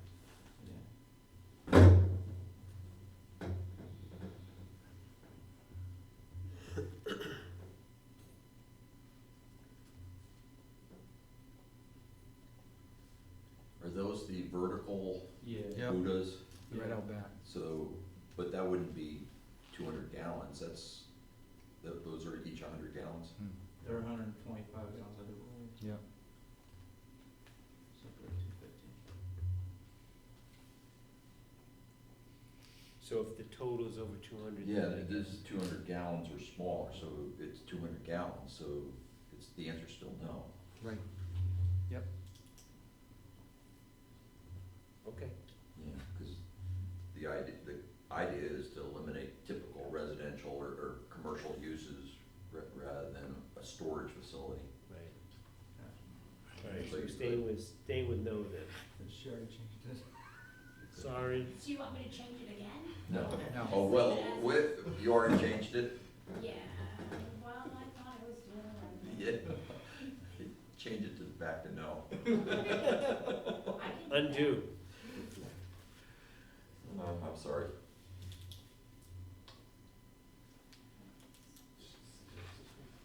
Yeah, so you want me to Just just, cross it out again. I would just circle it. We'll know that that's not a That was us. not fuel you. storage facility. Yeah. Moving on to page 16, number 49, will hazardous substances be stored on site or used? You've answered no. Number 50, will hazardous, special, or universal wastes, including waste oil and waste antifreeze, be generated by the project or used? You've answered no. Moving on to page 17, number 51. Will any portion of your development be used, development or use be located on a significant sand and gravel aquifer as mapped by the Maine Geologic Survey? Yeah. That question is entirely not applicable to them. Well, it's, if you look, look, I'm looking at it. If you answered yes to answer any of the questions 48 through 50, provide the following. Oh, He didn't. Yeah. so we don't, yeah, probably don't need to do that, so that's a Right. good point. So there's a bunch of stuff here you don't need to do, I think. Right. So let's look at that, and we can go ahead to, cause actually, yeah, you're right, Actually, it's the end. Yeah, I think it is. Everything else deals with mining. That's right. after that, we get to mining, yeah. And that's on, Roads, transportation, stuff like that. so, Because 51 is only applicable to a facility if it's basically a petroleum storage or a hazardous waste storage facility. Right. what about like 52, 3, 4, None of 5, that. Oh, well, 6? Oh, I don't think any of that applies. no, those still apply to this. They- I'm just saying 51 doesn't. Oh, okay. So let's look at 52. Will the proposed activity discharge pollutants to any surface water bodies or groundwater, including by way of subsurface wastewater disposal system. You said no. 53, will any groundwater discharge result in any groundwater quality measure, any groundwater quality measure exceed 1/2 of a federal primary drinking water standard or state maximum exposure drinking water guideline? You've indicated no. Will groundwater exceed any federal secondary drinking water standard? You've indicated no. Will groundwater withdrawal, go ahead. To me, this is all deals with like a crusher, which deals with mining, because they have to use water. They would, Yeah, They so would. that's what the rest of this deals with. but not only those though. It's not only that would. Yeah, it still applies because there's gonna be a wastewater disposal system. Which is a leach pit that they have, and that's it. Right. And they've already stated that's private, in the beginning. The way the application's constructed, that one question 51 didn't apply, but the questions subsequent to that apply until you get to the mining and the other questions like it, which start, We're getting it. yeah, We're almost we there. haven't quite gotten there yet. And then, I think it was 54, will groundwater withdrawal, including for drinking water supply or alterations to the site surface water recharge characteristics, lower the groundwater table beyond the property line? You indicated no. Provide the total area in square feet of impervious area of the development or use, including but not limited to the footprint area of all structures, as well as paved and gravel parking, roads, walkways, etc. You've indicated 10,500 square feet, which is basically the quarter acre. Provide the total square feet of disturbed area of the development or change of use. You've indicated 12,800 square feet. Not sure where that comes from. Yeah, that's a good question. Could you help just sort of, From what I understood, what I was reading, that's the whole area that's been leveled off. So pretty much that's the whole lot at that point. Except for the few trees on the edge. I think he's interpreting that correctly. Yeah, I think so. All right, good. How many linear feet of new road or driveway is proposed? 0 new. But it's going down, so. Right. Yeah. Are you guys okay with that? Is the town okay with that? 58, in which lake watershed is the proposed development located? Please specify. You have, no answer there, but, we can come up with an answer to help you Yeah, I out. wasn't sure on that one. Yeah. So, so the lake watershed for the old town office, is that gonna be considered? Swansky or Sunny's Pond, whatever the name of that is. Yeah, yeah. I would say, Yeah, actually, I had to, I couldn't figure it, wasn't sure, and,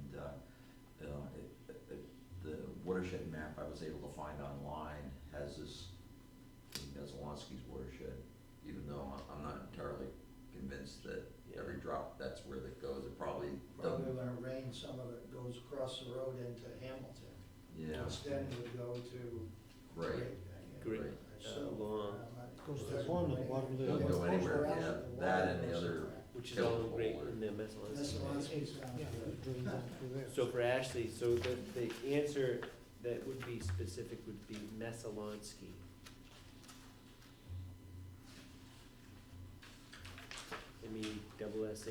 MESSALONSKEE.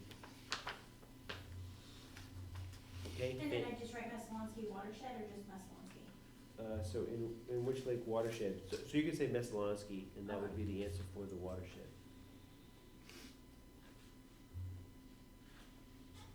Okay? I'm glad no one had a hard time with that question. Yeah, it's not what everybody would. well, do. it's right on the divide. That's what I thought And too, the when I was road, looking at it, I was like, I don't. yeah, know the this road, is at all. 135 is like the divide, and so. Yeah. Yep, exactly. Stuff can go. number 59, what is the allowed phosphorus export in pounds per acre as established by Article 6B of the ordinance? So we go back to the table. Peter, I looked into this a little bit, and the way the ordinance is worded, this is only applicable for new or expanded development.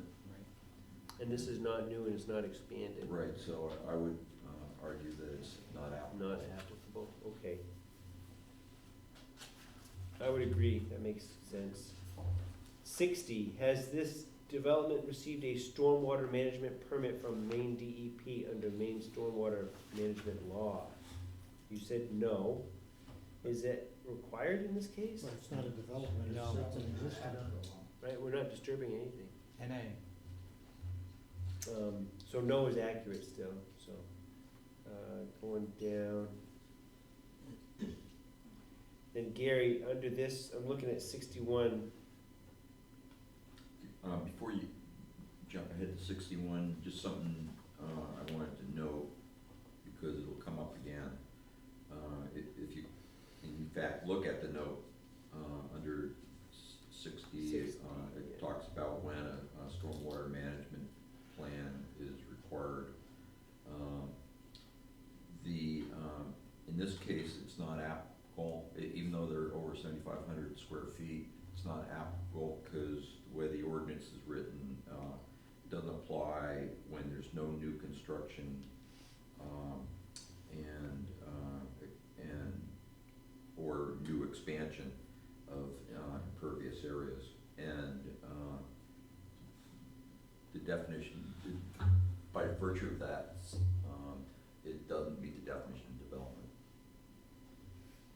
okay, that's It's a good. long way of saying it doesn't apply. Yeah. Thank you for helping spell that out though, because there are times when it would be applicable and we would be asking for some information. In this case, it does not.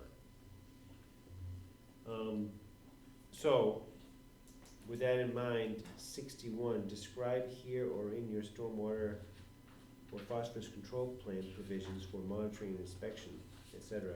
I'm thinking that would be not applicable because of what we just talked about. So NA actually would be appropriate for 61.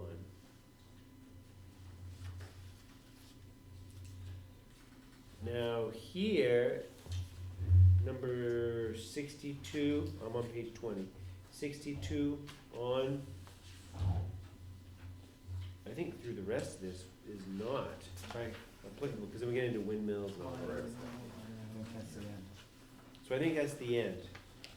So I have one thing, for sure, one thing in mind to make sure when we go through the checklist, we want to talk about. Okay, having done that, are we okay to look at the checklist then, everybody? Okay. Having done that, applicant name, Ashley Matthews, development name is Second Life, fee paid $100 for buildings and land. Notice provided by CEO to municipality within 500 feet, not applicable in this case. First one, application for complete, not applicable, or request waiver. Well, Might it wanna isn't complete hold. yet, based on the need for a waiver yet. Yeah. The applicant's agent authorization letter, I would say NA, yeah. All these submissions are in the back. Okay, So you can flip right through. so deed, it's in there, Yes, the sales agreement is, sales agreement, I'm gonna, so that's complete. written waiver request, this is one where we want to talk about that. Remember we talked about the waiver? So, can we be specific then? We were talking about how it would be appropriate to have a waiver on that item. Which item was that, George? It had to do with the planting of shade trees along the public roads. Yeah, So he'll bring in a letter a letter. to the next meeting. Yep. So the letter would be constructed in a very simple way that requests a waiver for this case, Yeah. due to the constraints, right? Just Because reference of it the to the right of fact, way. yeah, that the right of way doesn't provide it, you know, adequate land to plant anything. Right, and that's about it. Okay. So for our purposes tonight, we don't have a written waiver request, but we know we're gonna get one when we meet next. Absolutely. Unless you want me to write one right now. No, that's okay. So for the planning board, I'm gonna just put a little asterisk next to this line. Okay? Cause it's not complete, and I know they're gonna ask for one. Copy of the tax map of the property, we have that as part of the package, Mm-hmm. complete. Copy of the Kennebec County soil map of the property, Yep, USGS topo map, yep. copy of Belgrade shoreland zoning map showing the property location, I think so. yeah. Now they saw it. They should be in there. That's all. Yes, thank you. Copy of the flood insurance map showing the property. Yep, wait, yep, I think so, is that it? Okay. Is that FM Global, is that one? I don't know.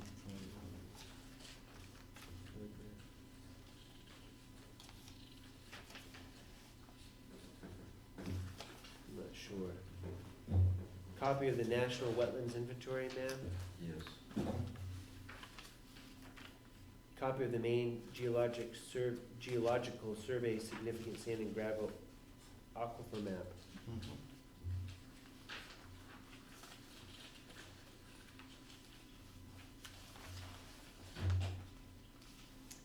copy of the Maine Drinking Water, No, copy of MDOT highway entrance or exit access permit.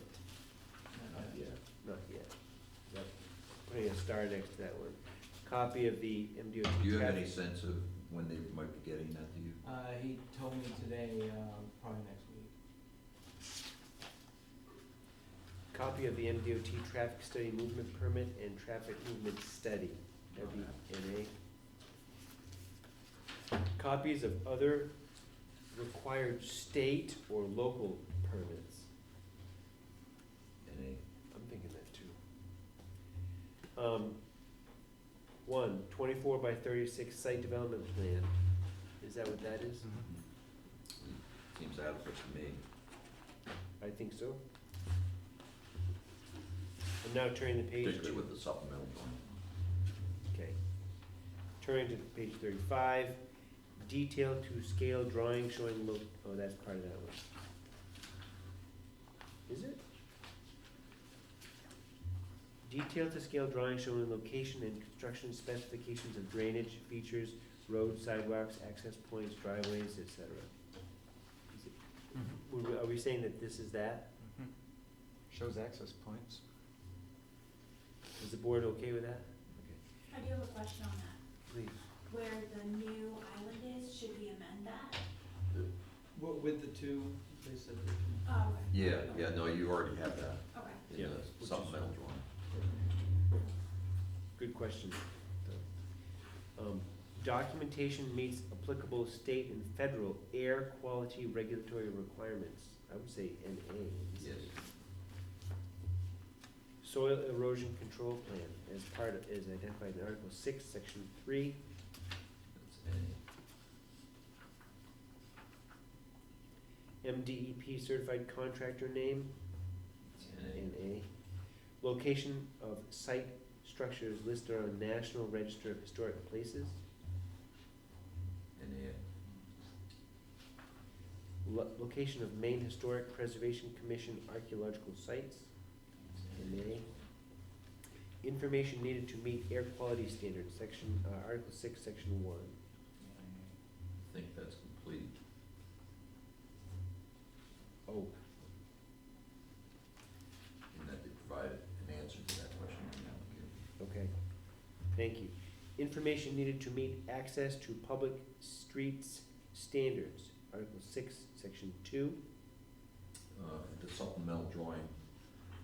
Shows that. And once we have the permit from DOT, that'll, So I'm gonna put a star next to that because the permit will be important to help address this Yeah. more fully. Protection measures for historic and archaeological resources, Article 6, Section 4. Would that be NA? Does the board feel NA for this one? yeah. Estimated quantities of flammable, combustible, and hazardous substances to be stored, handled, or generated, including waste oil and antifreeze. That's NA. Evidence meets MDEP siting regulations for oil storage and hazardous substance facilities. That's NA. Copy of application provided to fire chief by planning board or CEO. That's NA. Other information needed to meet material storage standard, including bulk storage of combustible or inflammable materials and hazardous substances. NA? Actually, that might be complete because they talked about, in the application about screening or fencing, or I can't remember exactly what it says, but around the dumpster. Because the dumpster would be a storage standard? Yeah. Screened off. Okay, so I'll say complete there, yeah. Visual impact assessment, NA, okay. that was the one about being on the hilltop. Okay. Plan based on IF&W Critical Areas Program recommendations to mitigate impact on natural areas and wildlife habitat, including deer wintering areas. We had a discussion about that the Yeah. map shows that that lot, it's touched by that.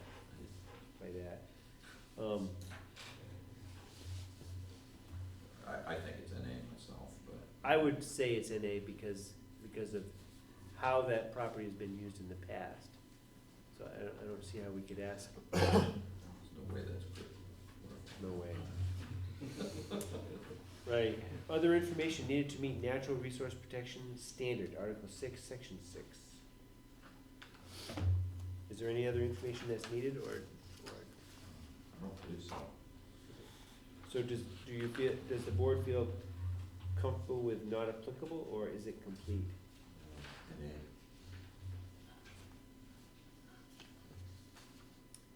Is board requiring post-development noise monitoring and reporting plan? If not, mark not applicable. If required, mark complete upon receipt. So are we requiring a post-development noise monitoring and reporting plan? Information needed to meet noise standard. No. I would say not Generator. applicable. Exterior lighting plan and specifications for lighting fixtures. Already existing, so that's NA. And they've talked about it. Do you feel NA, or is it complete what they've submitted? No, complete. Okay. Is the board requiring post-development light monitoring and reporting plan? Is the board doing that? We haven't talked about we have not discussed to this point about requiring the development of that plan. In this case, how does the board feel? I don't think there's NA? a plan required, right? Not yet. Hmm. One could if one wanted. George, Rich, are we thinking NA in this case? I was actually still looking at the wetlands balance. Oh, okay. Forget me for a second. I'm sorry, I was looking at something different. Which one? I'm asking about, is the board requiring a post-development light monitoring and reporting plan? I'm thinking the answer is we are Yeah. not. We are not, no. So I'm gonna put not applicable. Information to meet parking standard, Article 6.9. I think they have supplied that and they have It's complete. complete. Yeah. That's Written statement from the fire chief on capacity to fire department to provide adequate protection. NA. Written statement from sheriff's department approving any proposed security measurements. NA. Other information to meet public safety and emergency services standard. That's NA. information to meet screening of structures, parking lots, and other non-residential uses standards, Article 6, Section 11. So that'll be part and parcel of the waiver. Yep. So that's an asterisk. A two-scale profile face-on view of proposed signs. Is that, The signposts are already there. Yeah, I mean, I'm not sure that's applicable since we're using the existing. existing one, right, because you're not going to replace that. We're gonna keep the same and just add to it. Yeah. Correct, we're just gonna hang our sign inside of the structure. Right. Structure. Okay. Yeah, I think that's a me. Me too. Other information to meet the sign standard, Article 6, Section 12. We're gonna get that. Well, no, actually, the way you worded it, Right. it's complete. Yep, that's what I think too. Stormwater management plan, I would say in this case it would be not applicable. Other information to meet stormwater management standard, Article 6, Section 13, that would be NA. And we have several things about subsurface waste disposal site eval form, that being NA. Other information to meet waste standards, NA. Groundwater quality and quantity impact assessment. Copy of deed restrictions related to drinking water and groundwater protection. I think everything else on here is NA.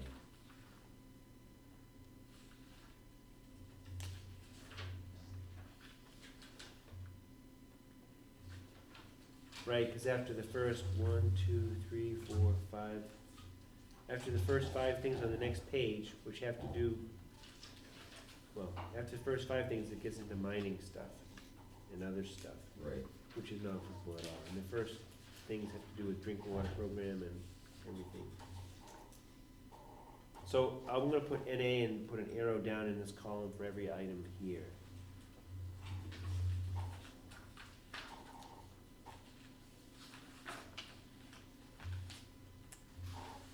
Turning to page 38.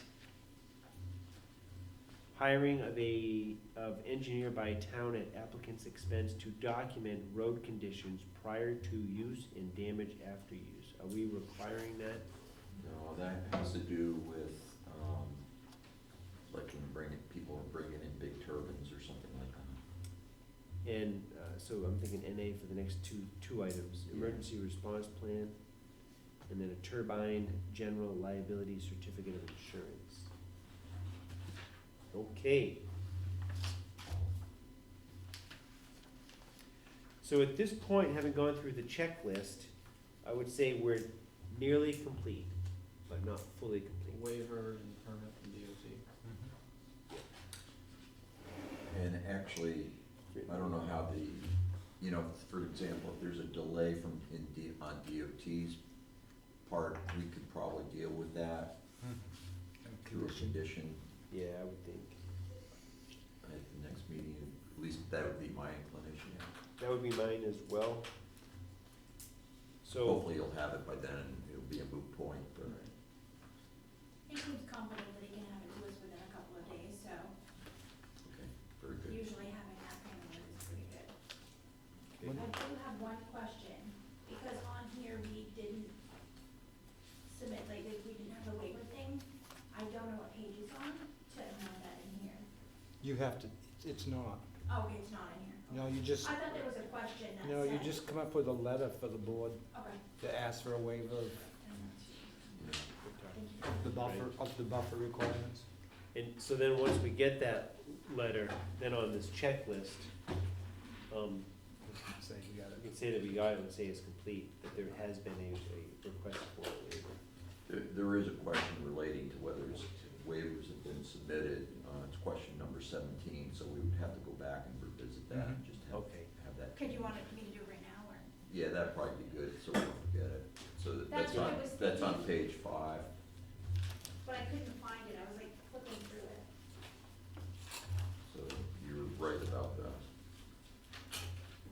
right. 'Cause right now we have answered no, we want to say Yeah, just yes. change it to yes. Bottom of page 5, 17.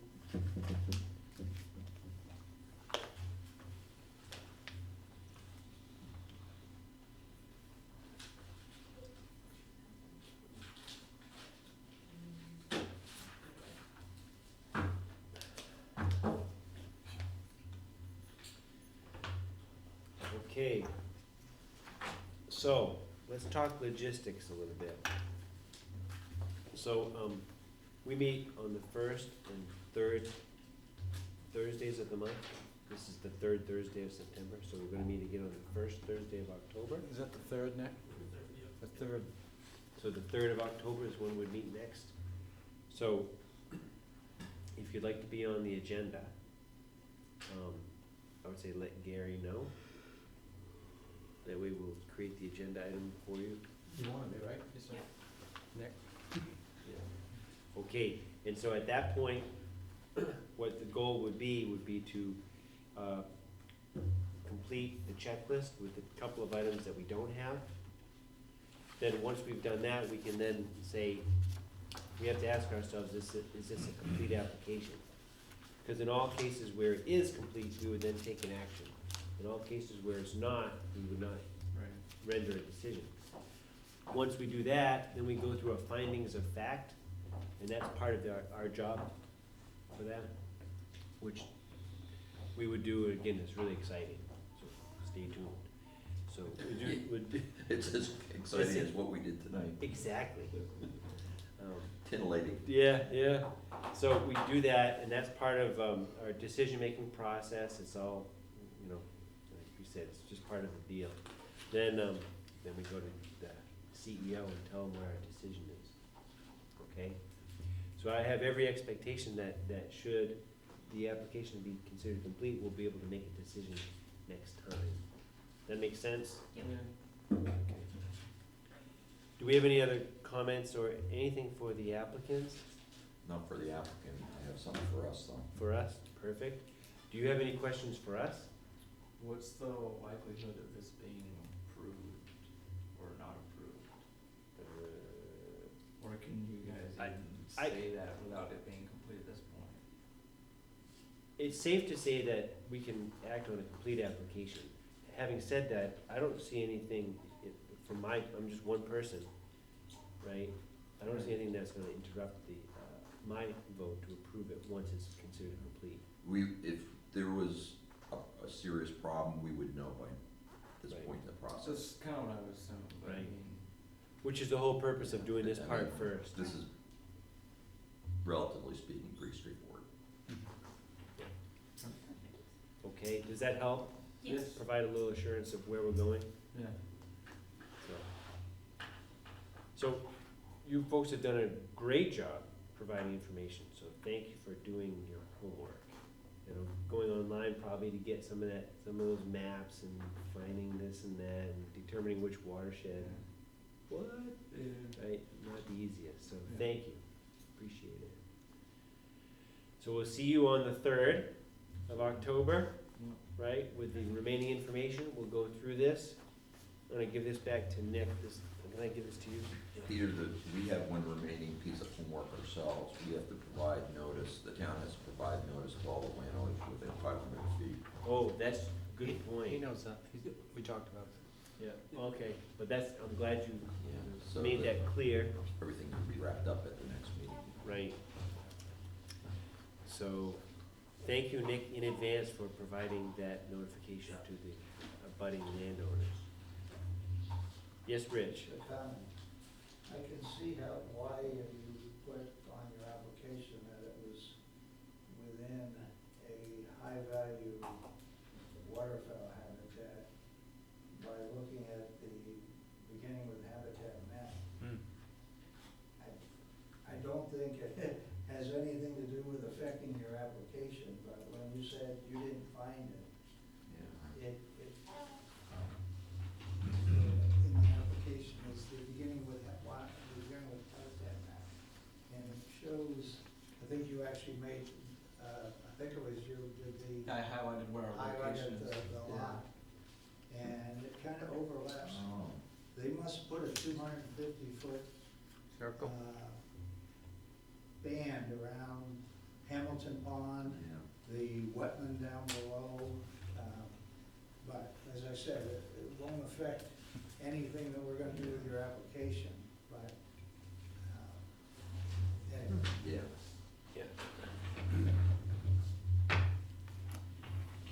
Okay, great. So we'll see you on the 3rd. We'll go through our finding it, whether it's complete or not, then we'll act on it. Okay? Thank you. Thank you. Thanks a lot. So planning board, we have meeting minutes from June 20th, July 18, and August 1 to go through. Can we do those? Can we deal with the August 1 and July 18th minutes? Do we have to have a quorum of the people who were at the meeting to approve them? Oh, that answer is yes. So does that mean There's only 2 of you for July 18th and Craig is not here on? only 2 on August 1st. Okay, having said that then, let's table those, or table doing that for those. We can act on the June 20th one though, right? Because we have Rich, George, Roger, Peter, so we can do that one. All right, so meeting minutes for June 20th?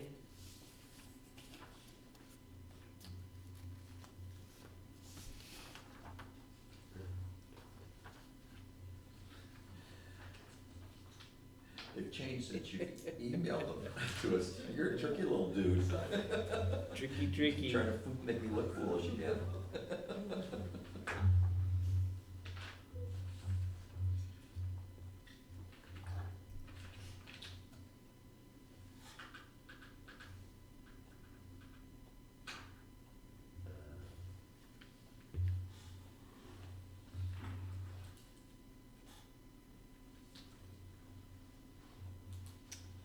Yeah.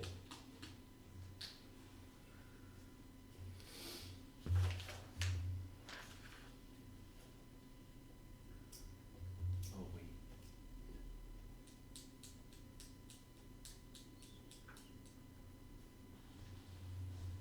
So I think yeah.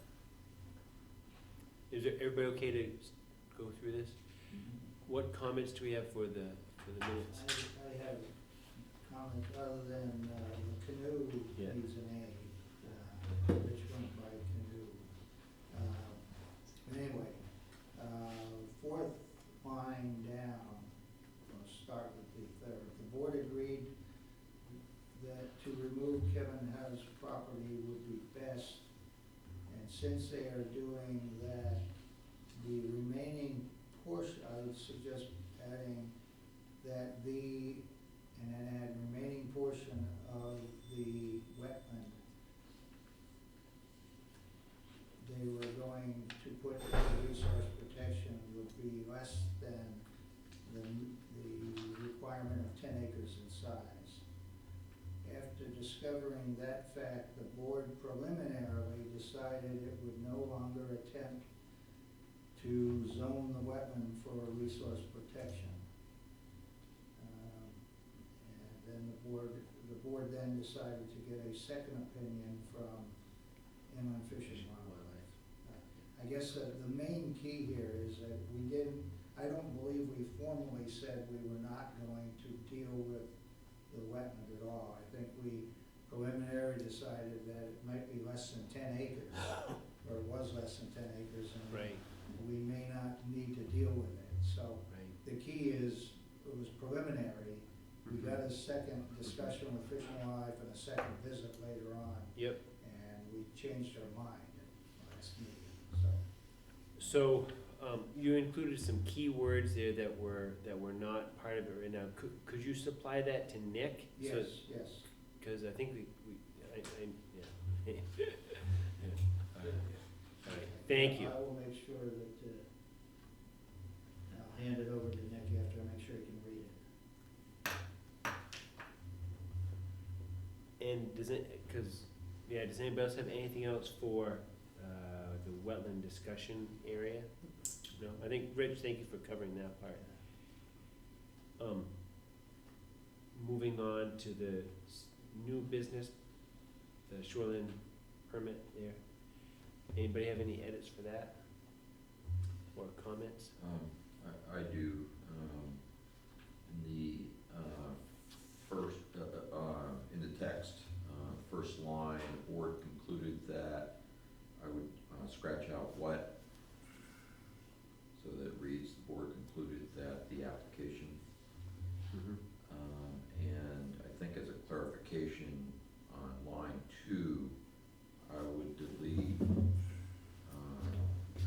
from was through in, delete was asking for did not trigger any restrictions in to, met the requirements of, so that the entire sentence would read, the board concluded that the application met the requirements of the shoreline ordinance. Okay. Get that okay, Nick? That's all I have. Anybody else? No? Hearing no other edits or comments, I would entertain a motion on these minutes. Motion to accept the minutes of June 20th as amended. Yeah, okay, I'll second. and seconded. Any more discussion? All those in favor? 4 in favor, none opposed. And I did jump ahead to the minutes, and I think It's okay. I overlooked the marijuana discussion It's part. okay. So we do have, we are over 9 o'clock. Yep. Are we okay to stay for a few more minutes and have that discussion? Sure. So, Anthony, thanks for joining us tonight. We appreciate your time, that's for Well, sure. I'm awfully confused about this issue, so I'm eager to hear what Roger has to teach us. Actually, it's not marijuana, it's cannabis, Ah, because it deals with hemp. Yeah, I went to the meeting in Saco last month that the state put out for the new laws. And the town's gonna have an option of either weighing in or weighing out. The way the state has got it fixed up, they are gonna be charging a fee for the licenses that will not be shared with the town. They're gonna be keeping that. They want complete control of it. After going through and listening what they said, I think, in my opinion, the best thing we could do in the town is to vote out of it. Stay dry until, for a couple of years anyway, until everything gets straightened out. Because right now, the state has, for adult use only, not medical, have 6 permits out. They're putting 6 more out this year. After 2020, anybody can open up shop. So if we opt out and Gary finds somebody that's selling marijuana as a business, all he's gonna do is call the state, they gotta come in and shut him down, because we are a joint town. What did they say about medical marijuana, caregivers? They didn't, We just had a meeting. yeah, A guy's setting up a facility down, as we speak, on Mhm. Manchester Road. I stopped him, and he came in, and I read him the law that we got from MMA. Yep. Well, I read it to mean even caregivers. But he swears up and down that his lawyer's gonna send the town a letter that will let us know that it doesn't pertain to what he's doing. even medical marijuana, the way they discussed it, he has to be licensed by the state. He is. He's Well, still, he says that he is. he's No, I know still, he is. Oh, you- but he you still see- has to This come, is his 3rd facility. Okay. but he still has to come to the town because it's a business. I know that, to the planning board, Oh, I right. understand. But he is adamant that his attorney says, no, the town is interpreting that wrong. If you're a medical caregiver, that opt-in, opt-out doesn't apply. No, it didn't. It was adult use, cannabis, I got the law right here. yeah. It sure Gary, is says that, it applies to me. is his argument based on the fact that he's only cultivating? Yeah, yeah. So Roger, the 6 permits that you talked about? Yep. Those are for retail sales? Adult use. Okay. Do you think that there's any danger that if the town holds a vote, that the voters decide to opt in? And the problem with that is gonna be the enforcement, which is supposed to be the state. But then again, how long is it gonna take before anything gets done? If the state's enforcing? Right, Yeah, I don't know, it seems a mess right now. you know? Because what Portland decided to do is, if the state says yes and they get the permit, they still have to have a business license. They're charging $10,000 per year. The money stays in that fund alone for enforcement. It doesn't go in the general fund. So that's gonna be their way of trying to control it. If we do nothing, is that opting out? Yes. Yes. But we have to vote one way or the other. We have to, I Yes. thought you said, just said it. No, we have, the town's gotta vote one way or the other. Really? What happens if we do nothing? No, it says default is prohibition. Yeah, that's what I Municipalities thought. must vote to opt in, but they don't have to vote to Yeah, opt out. that's the whole point of it Right. opting in versus, putting the burden on, opting in rather than the way the law was written previously where you had to opt out. So this says opt in to operate of a registered caregiver retail store, which, Now we're talking about medical marijuana. Right. yeah, but that's not what he's doing. Registered dispensaries, testing facilities, and manufacturing facilities. I thought that was a manufacturing facility, if you're growing Okay. medical You- marijuana. Yeah, and then He's saying the that's- state went on to say that you could have, I think it was up to 30 plants, 6 plants per, yeah, per, or so many square feet of it. what did he say? I thought he said that. 32 plants apiece. Well, I thought he said 36 plants. Yeah, I 6 think times it's 6 6. mature plants and then there's a larger Yeah. number of immature plants. Right. Yeah, And so much on hand. Yeah. So do we have a definition of what manufacturing is? I'm waiting for his lawyer to send us the letter. Yeah. And, and if we decide, if we based our decision on his lawyer's letter, then he can do what he wants to do, but he still has to come back to you. Yeah. Right. I mean, it would seem to me that once you get that letter, it would be prudent to have our attorney or MMA's Oh, yeah. sort of look at it. Yeah. But, We're going- after you raised this, at the last meeting, Gary, I was just curious about it, and, I think I found the same thing that you Yeah. got from the MMA website, Yeah. one of their pamphlets, it's Yeah. longer than their legal notes, and that, and in the law, what confused me was that there's no mention of cultivation. Right. And so it's almost like, it's what they don't mention that leads you to believe that Mhm. maybe this doesn't fall under the opt-in, opt-out. Right. He says But, that. He but I swears couldn't up and find down. anything that explicitly says one way or the other. That's why I wanna see this Not- letter from his lawyer. Not that I'm necessarily looking in the right places, but, Right. Like he said, there's 2 of us that run this facility. He's got as many plants as he can, I get as many plants. He's got 6 patients, I got 6 patients. Nobody comes here, we deliver to them. There's no traffic. so they don't do any processing there. No. Well, yeah. No, I don't know what they do. They grow it there. Yeah, I mean, that gets to the They must, question they of, must put it in a form though that they don't surely just take like green leaves to No, a patient. of course. yeah, right, and so, Manufacturing. that gets back to the definition of Right. what's manufacturing. Manufacturers must You go know, hand in hand I with don't processing. remember processing was one of the, It wasn't. no, I don't, Yeah, I don't know where to draw the line on some of these terms, not trying to be nitpicky, right, but if a lawyer's gonna tell us what their deep-held belief is, we should know what they're saying, right? And of course, we'd be vetting it through our own legal team. But when I heard the term manufacturing, I thought, well, does that mean taking product and turning it into edibles or something? Could it be right. Distilling that manufacturing, into all the- right, taking it from one form and making it into something else? That's what I was thinking of as manufacturing, whereas cultivating is, in my mind, just purely you're starting it and you're growing it. right. I mean, personally, I don't have an issue with medical marijuana. I've got Right, a dozen friends that couldn't function on a day-by-day basis if they didn't use it. right, Most of them don't smoke it. right, They're edibles or they're ointments or something, something, but yeah. See, that's the difference about this cannabis and the marijuana, it's, and that's what everybody thought, you smoked it, but you don't. No. The cannabis is a hemp, and every part of that plant is used. Right. It's a salve, Yep. it's a cream, Yep. it's, you put it in candies. Yep. The coffee shop in Waterville, well, the new place in Waterville's now putting a couple drops in coffee, Yep. and they're offering free coffee, Huh. you know?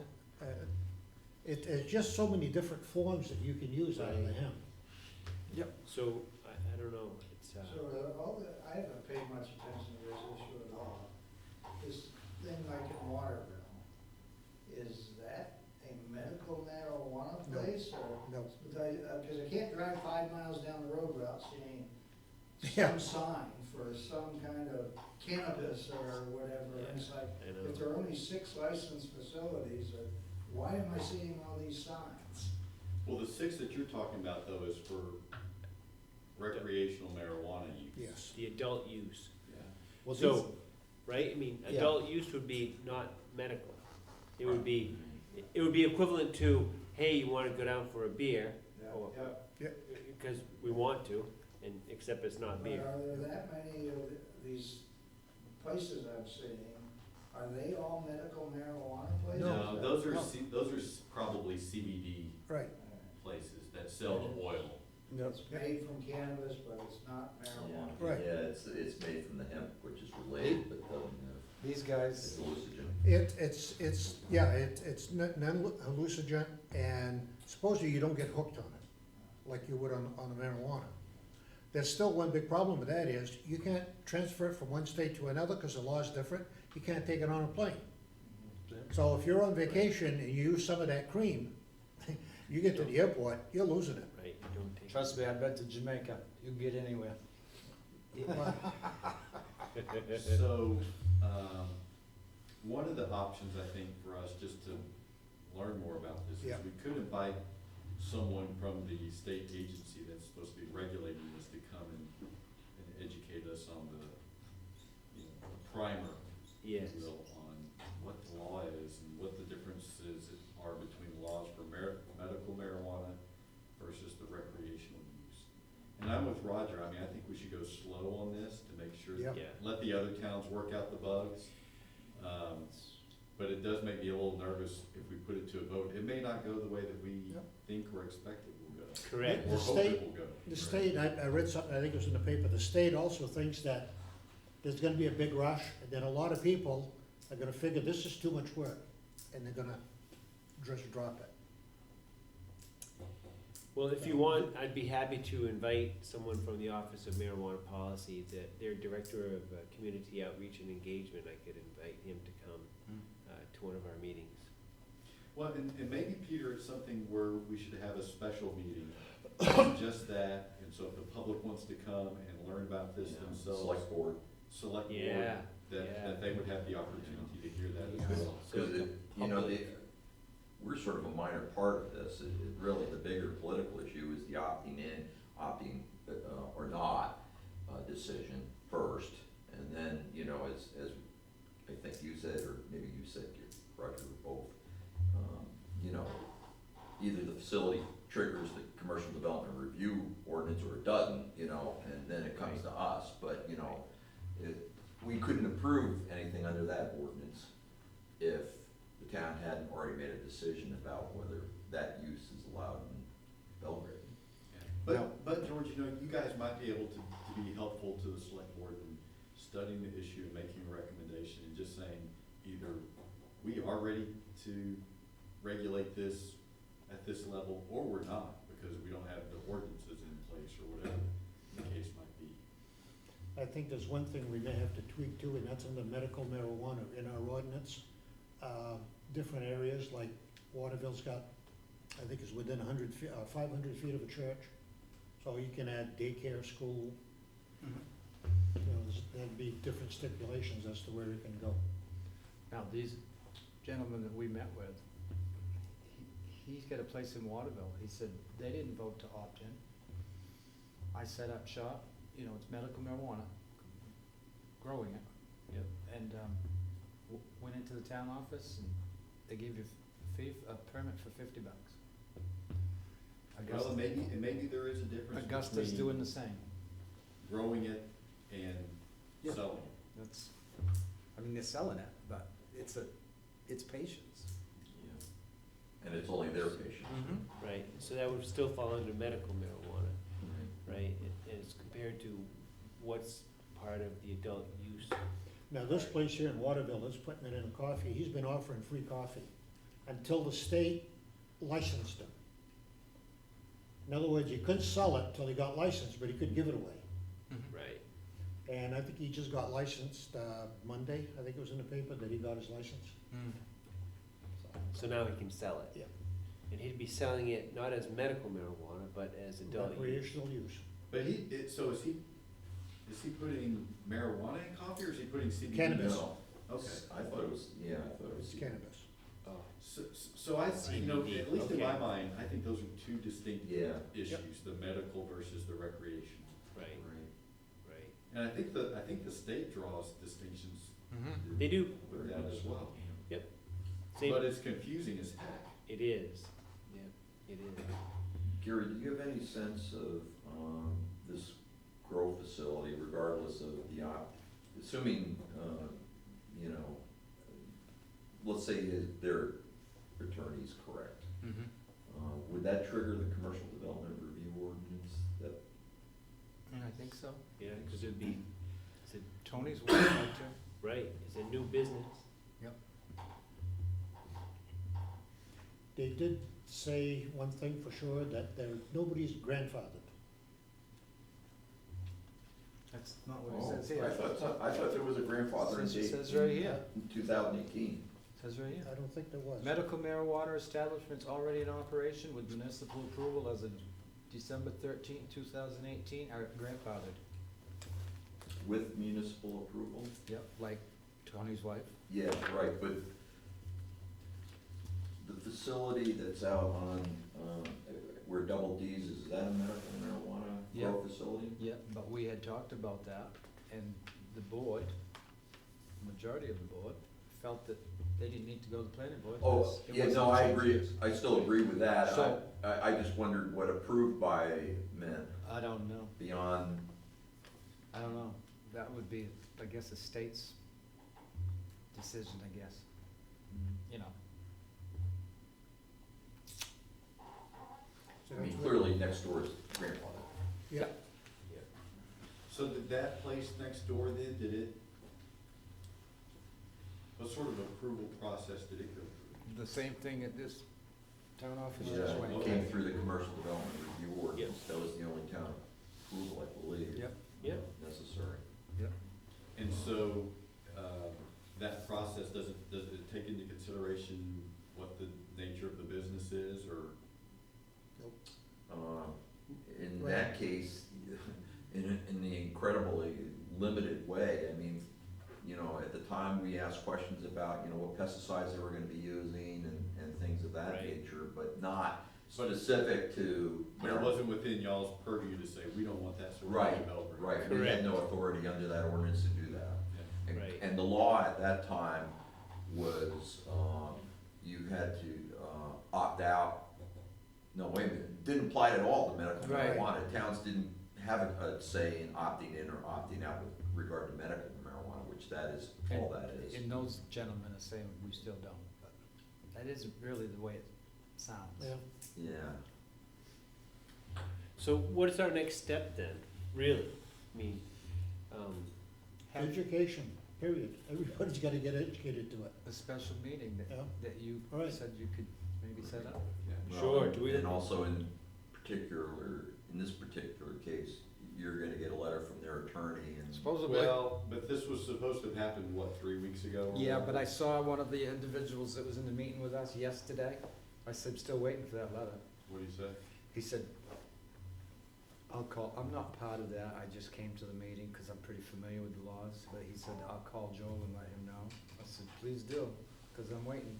And they're working all the time on that building, So that was the bigger guy that was, Yep. that was with them? Michael. Yeah. So we'll get that information. Do you think that, do we wanna have like a public meeting where, planning board, select board, anybody, I guess, from the town could come in, and just hear from Yeah. that office, the Office of Marijuana Policy, Yep. to ask some generalized questions. I think would probably, it might be wise to come up with a handful, at least of, specific questions that would be, that we're interested in asking as a preview and give to that office, so that. Certainly the question that Gary's raising, does the opt-in, requirement, apply to the growing of medical marijuana? Right. Cultivation, Right. Cultivation, right. if that's all they're doing, and then I guess the second question would be, what's the difference between processing and manufacturing? If you manufacture it, you gotta process it. Yeah, right. You gotta do something with it. That's just like a guy and I had a discussion yesterday in my office. He said, my license, anybody can grow 6 plants, but he said, I can only have 2 or 2.5 pounds of processed marijuana. He said, I can get 22 pounds, 25 pounds off 6 plants. Right. What do I do with it? Sell it? Give makes it no away. sense. I noticed that there's a special provision in the law about the proper disposal of excess and waste. Yeah. The You know, leaves and stuff like You that, s- the trimmings, yep. Yeah, like you're supposed to, I don't think about burning it, but. One It's could, I like- suppose. It's like when they used to burn the pot fields in Humboldt County in California, you know, they're all never No, gonna be high. I'm sure they're burning it, George. Yeah. Yeah, right. Yeah, yeah. You know, properly disposing of my waste. Yeah. Yeah. So if we want to invite someone from, or a team from the Office of Marijuana Policy, are we thinking October, November, December? We may just have to whenever they're available. Yeah, I bet I you. mean, I could think get a lot of sooner rather calls. than later would be good, but. So is it safe to say if we could do it before the end of the calendar year, is that a safe start? So let me just I'll ask that office what they would be available to do, and maybe come up with a couple of possible dates. So if we can set aside maybe a time for a special meeting on this topic, Yeah. and we can But I would advertise. start a little earlier in the evening, so that, because I think if we started at 7, people would go home, get relaxed, and then wouldn't come out again. Right, it's like a 6 o'clock time Yes. frame. I would rather see it in the afternoon, cause a lot of the older folks don't drive after dark. That's a good point. But people that aren't older are still at work. Work, yeah. Yeah. Right, so. I wouldn't be here, yeah. And probably some of the older folks. So I'm talking maybe a Saturday afternoon. That's a thought. Oh, you all get old. We could do that, but again, it's gonna depend upon the availability of the. yeah. Yeah. Right. Or the, Yeah. Let me ask and see what's available for that team. Don't forget our hunting season dates. I know, so not November. So, yeah, if we can do it earlier, the better. Well, right now, it's just the idea of putting out feelers to see what we can get out there. Get in as many as we can too, let us know what they do, what they have. Okay. yeah, and of course, these guys, they frame it as it's an economic opportunity for the town.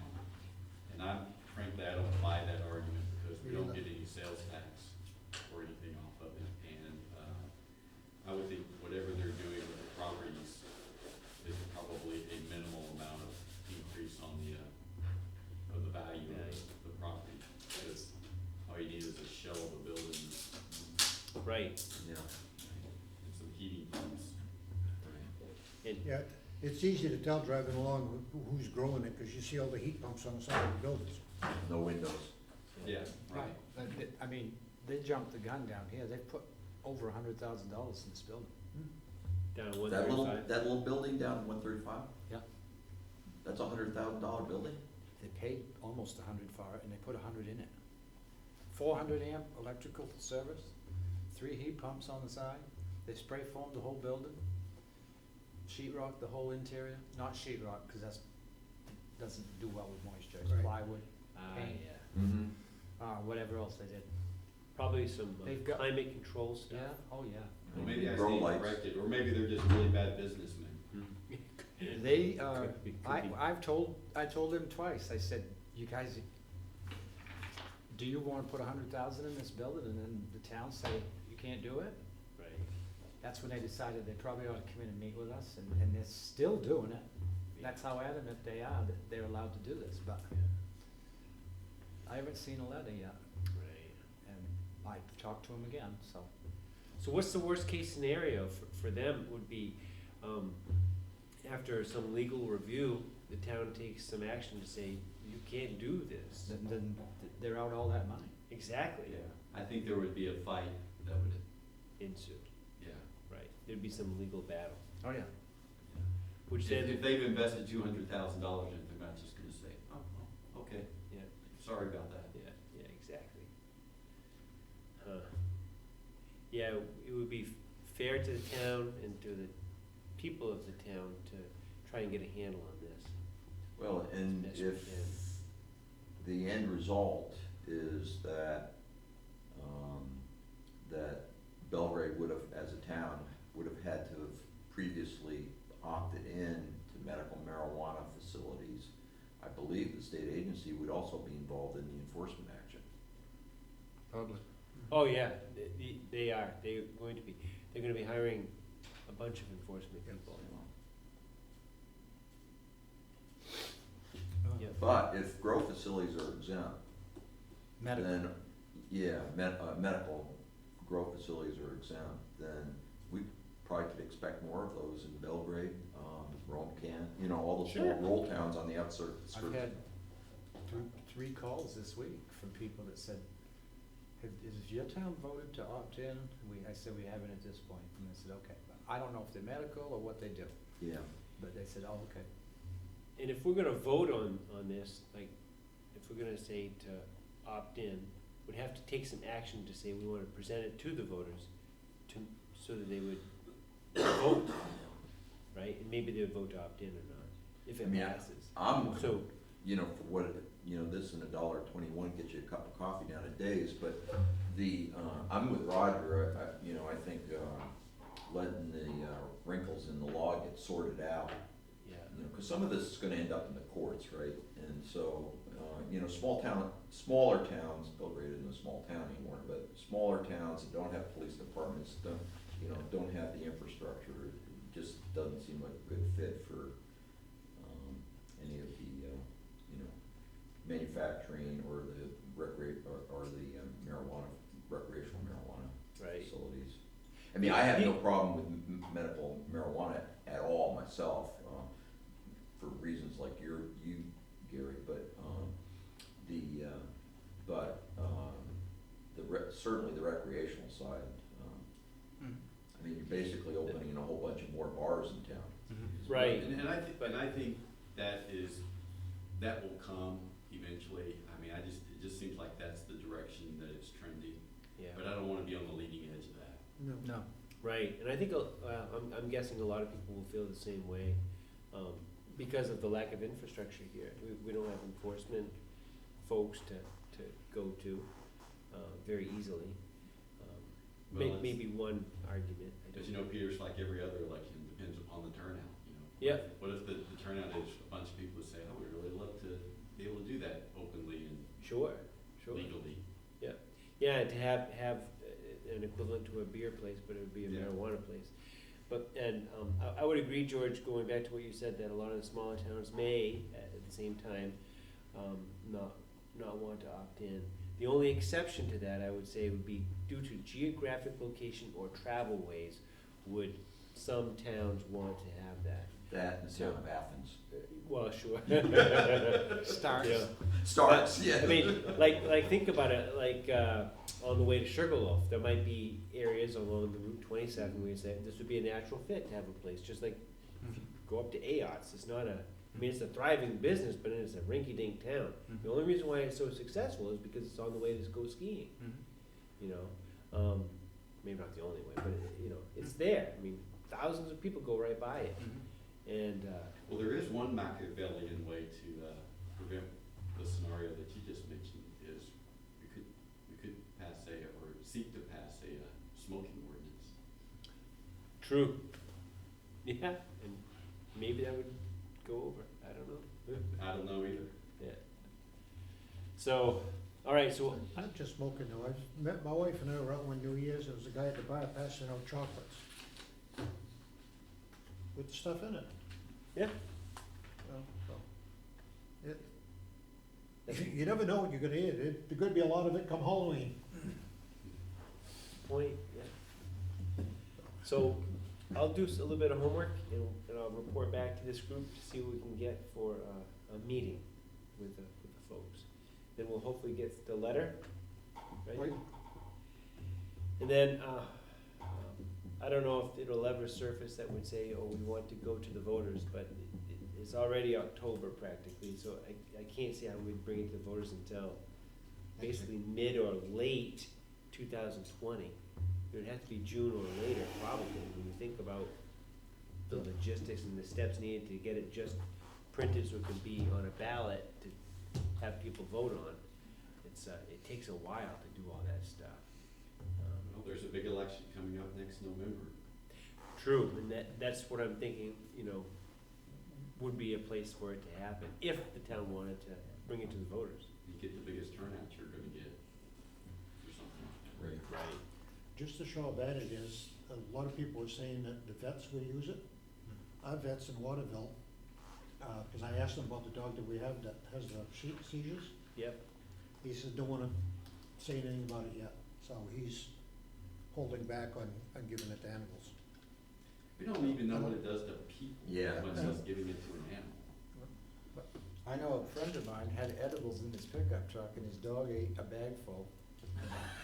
And he slept for 4 days, he didn't even move. Yep. That sounds pretty good for I my dog. worked with some seniors at Muskie Center that, they said if it wouldn't be for that cream for cannabis, they wouldn't be able to get up walking in the morning. Yeah, I believe it.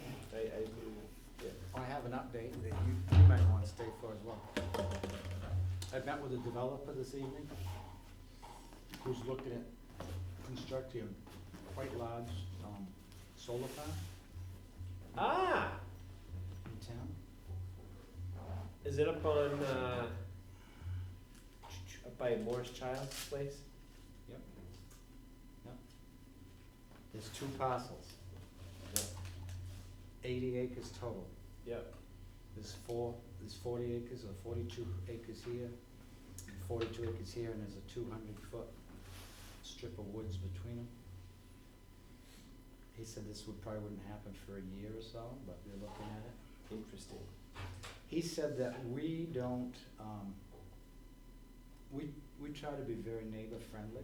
He said, for instance, most of them that we do, if this is a wooded piece, we try to leave 100 feet of natural vegetation between the road and where we have our solar panels. So basically driving by, you wouldn't even see it. You know, we just cut out enough trees so the sun comes in. But I'm looking at the ordinance. We don't have any standards, do we? Nope. Not for so No, Does we it- have for wind, but we don't for solar. So does it even need to go to planning board? I didn't see that it did. I think so. I think it would, trigger the ordinance, let's see.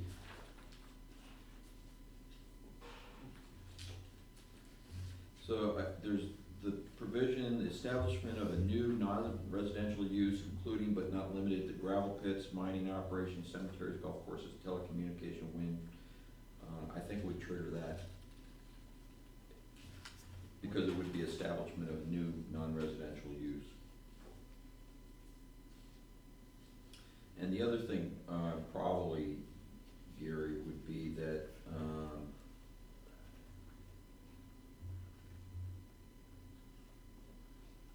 let's see, where is it?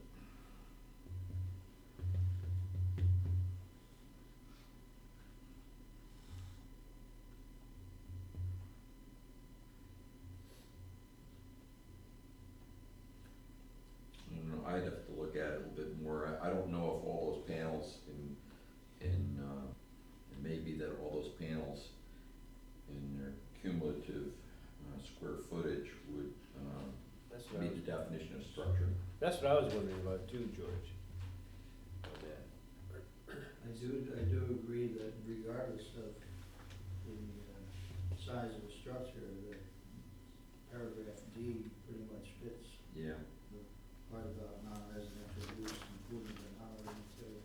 yeah, so the definition of structure is anything constructed or erected on the ground or which is attached to something located on the ground, so, That would fit. yeah, that would certainly be way over the 1,200 square feet. But you don't have any standards.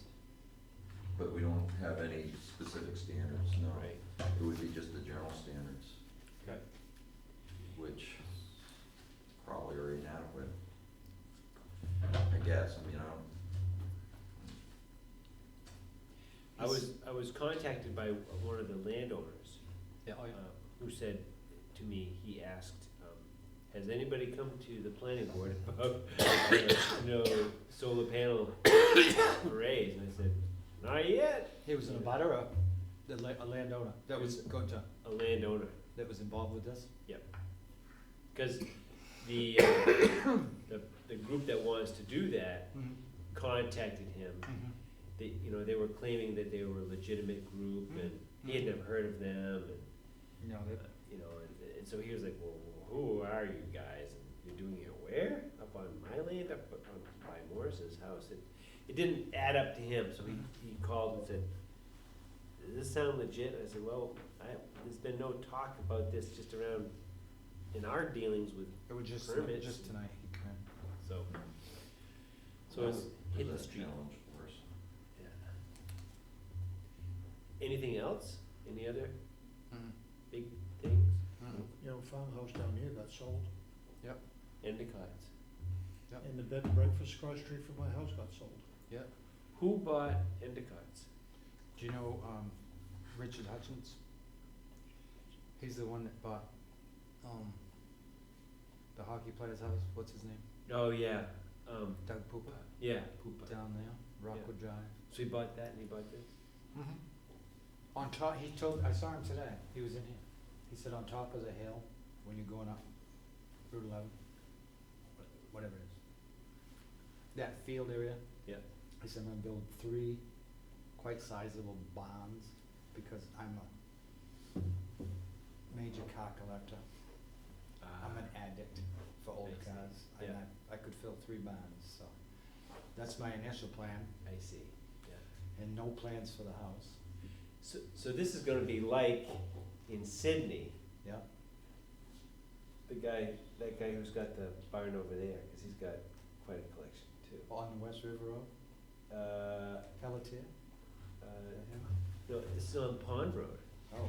The guy who owns Hammond Tractor, Oh, yeah. the red barn. Oh, yeah, yeah. It's gonna be like that. Gary Hammond. Yeah.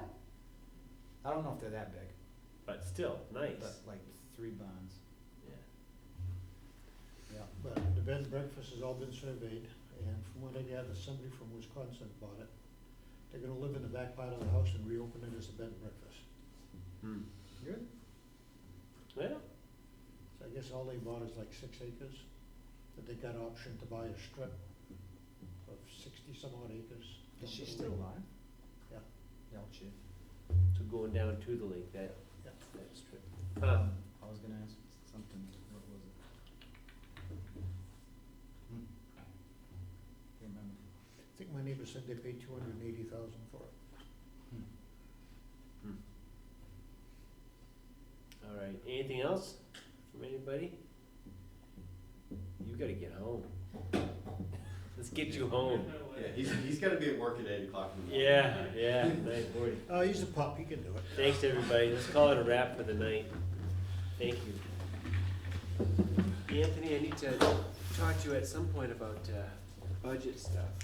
I was just gonna ask you if you might have some time, because I've got the packet, and so I'd definitely like your Now, input. I gotta go Is load there my a good truck for day tomorrow. or time of day that works for you? You gotta what? And I I don't gotta go mind home and coming load to my you truck for at your tomorrow. work if that's more convenient for you. We're heading for Pebblequid Lake. When do you Well, want it's it supposed to be there? pretty warm for the next Yeah. several Yeah. Bye.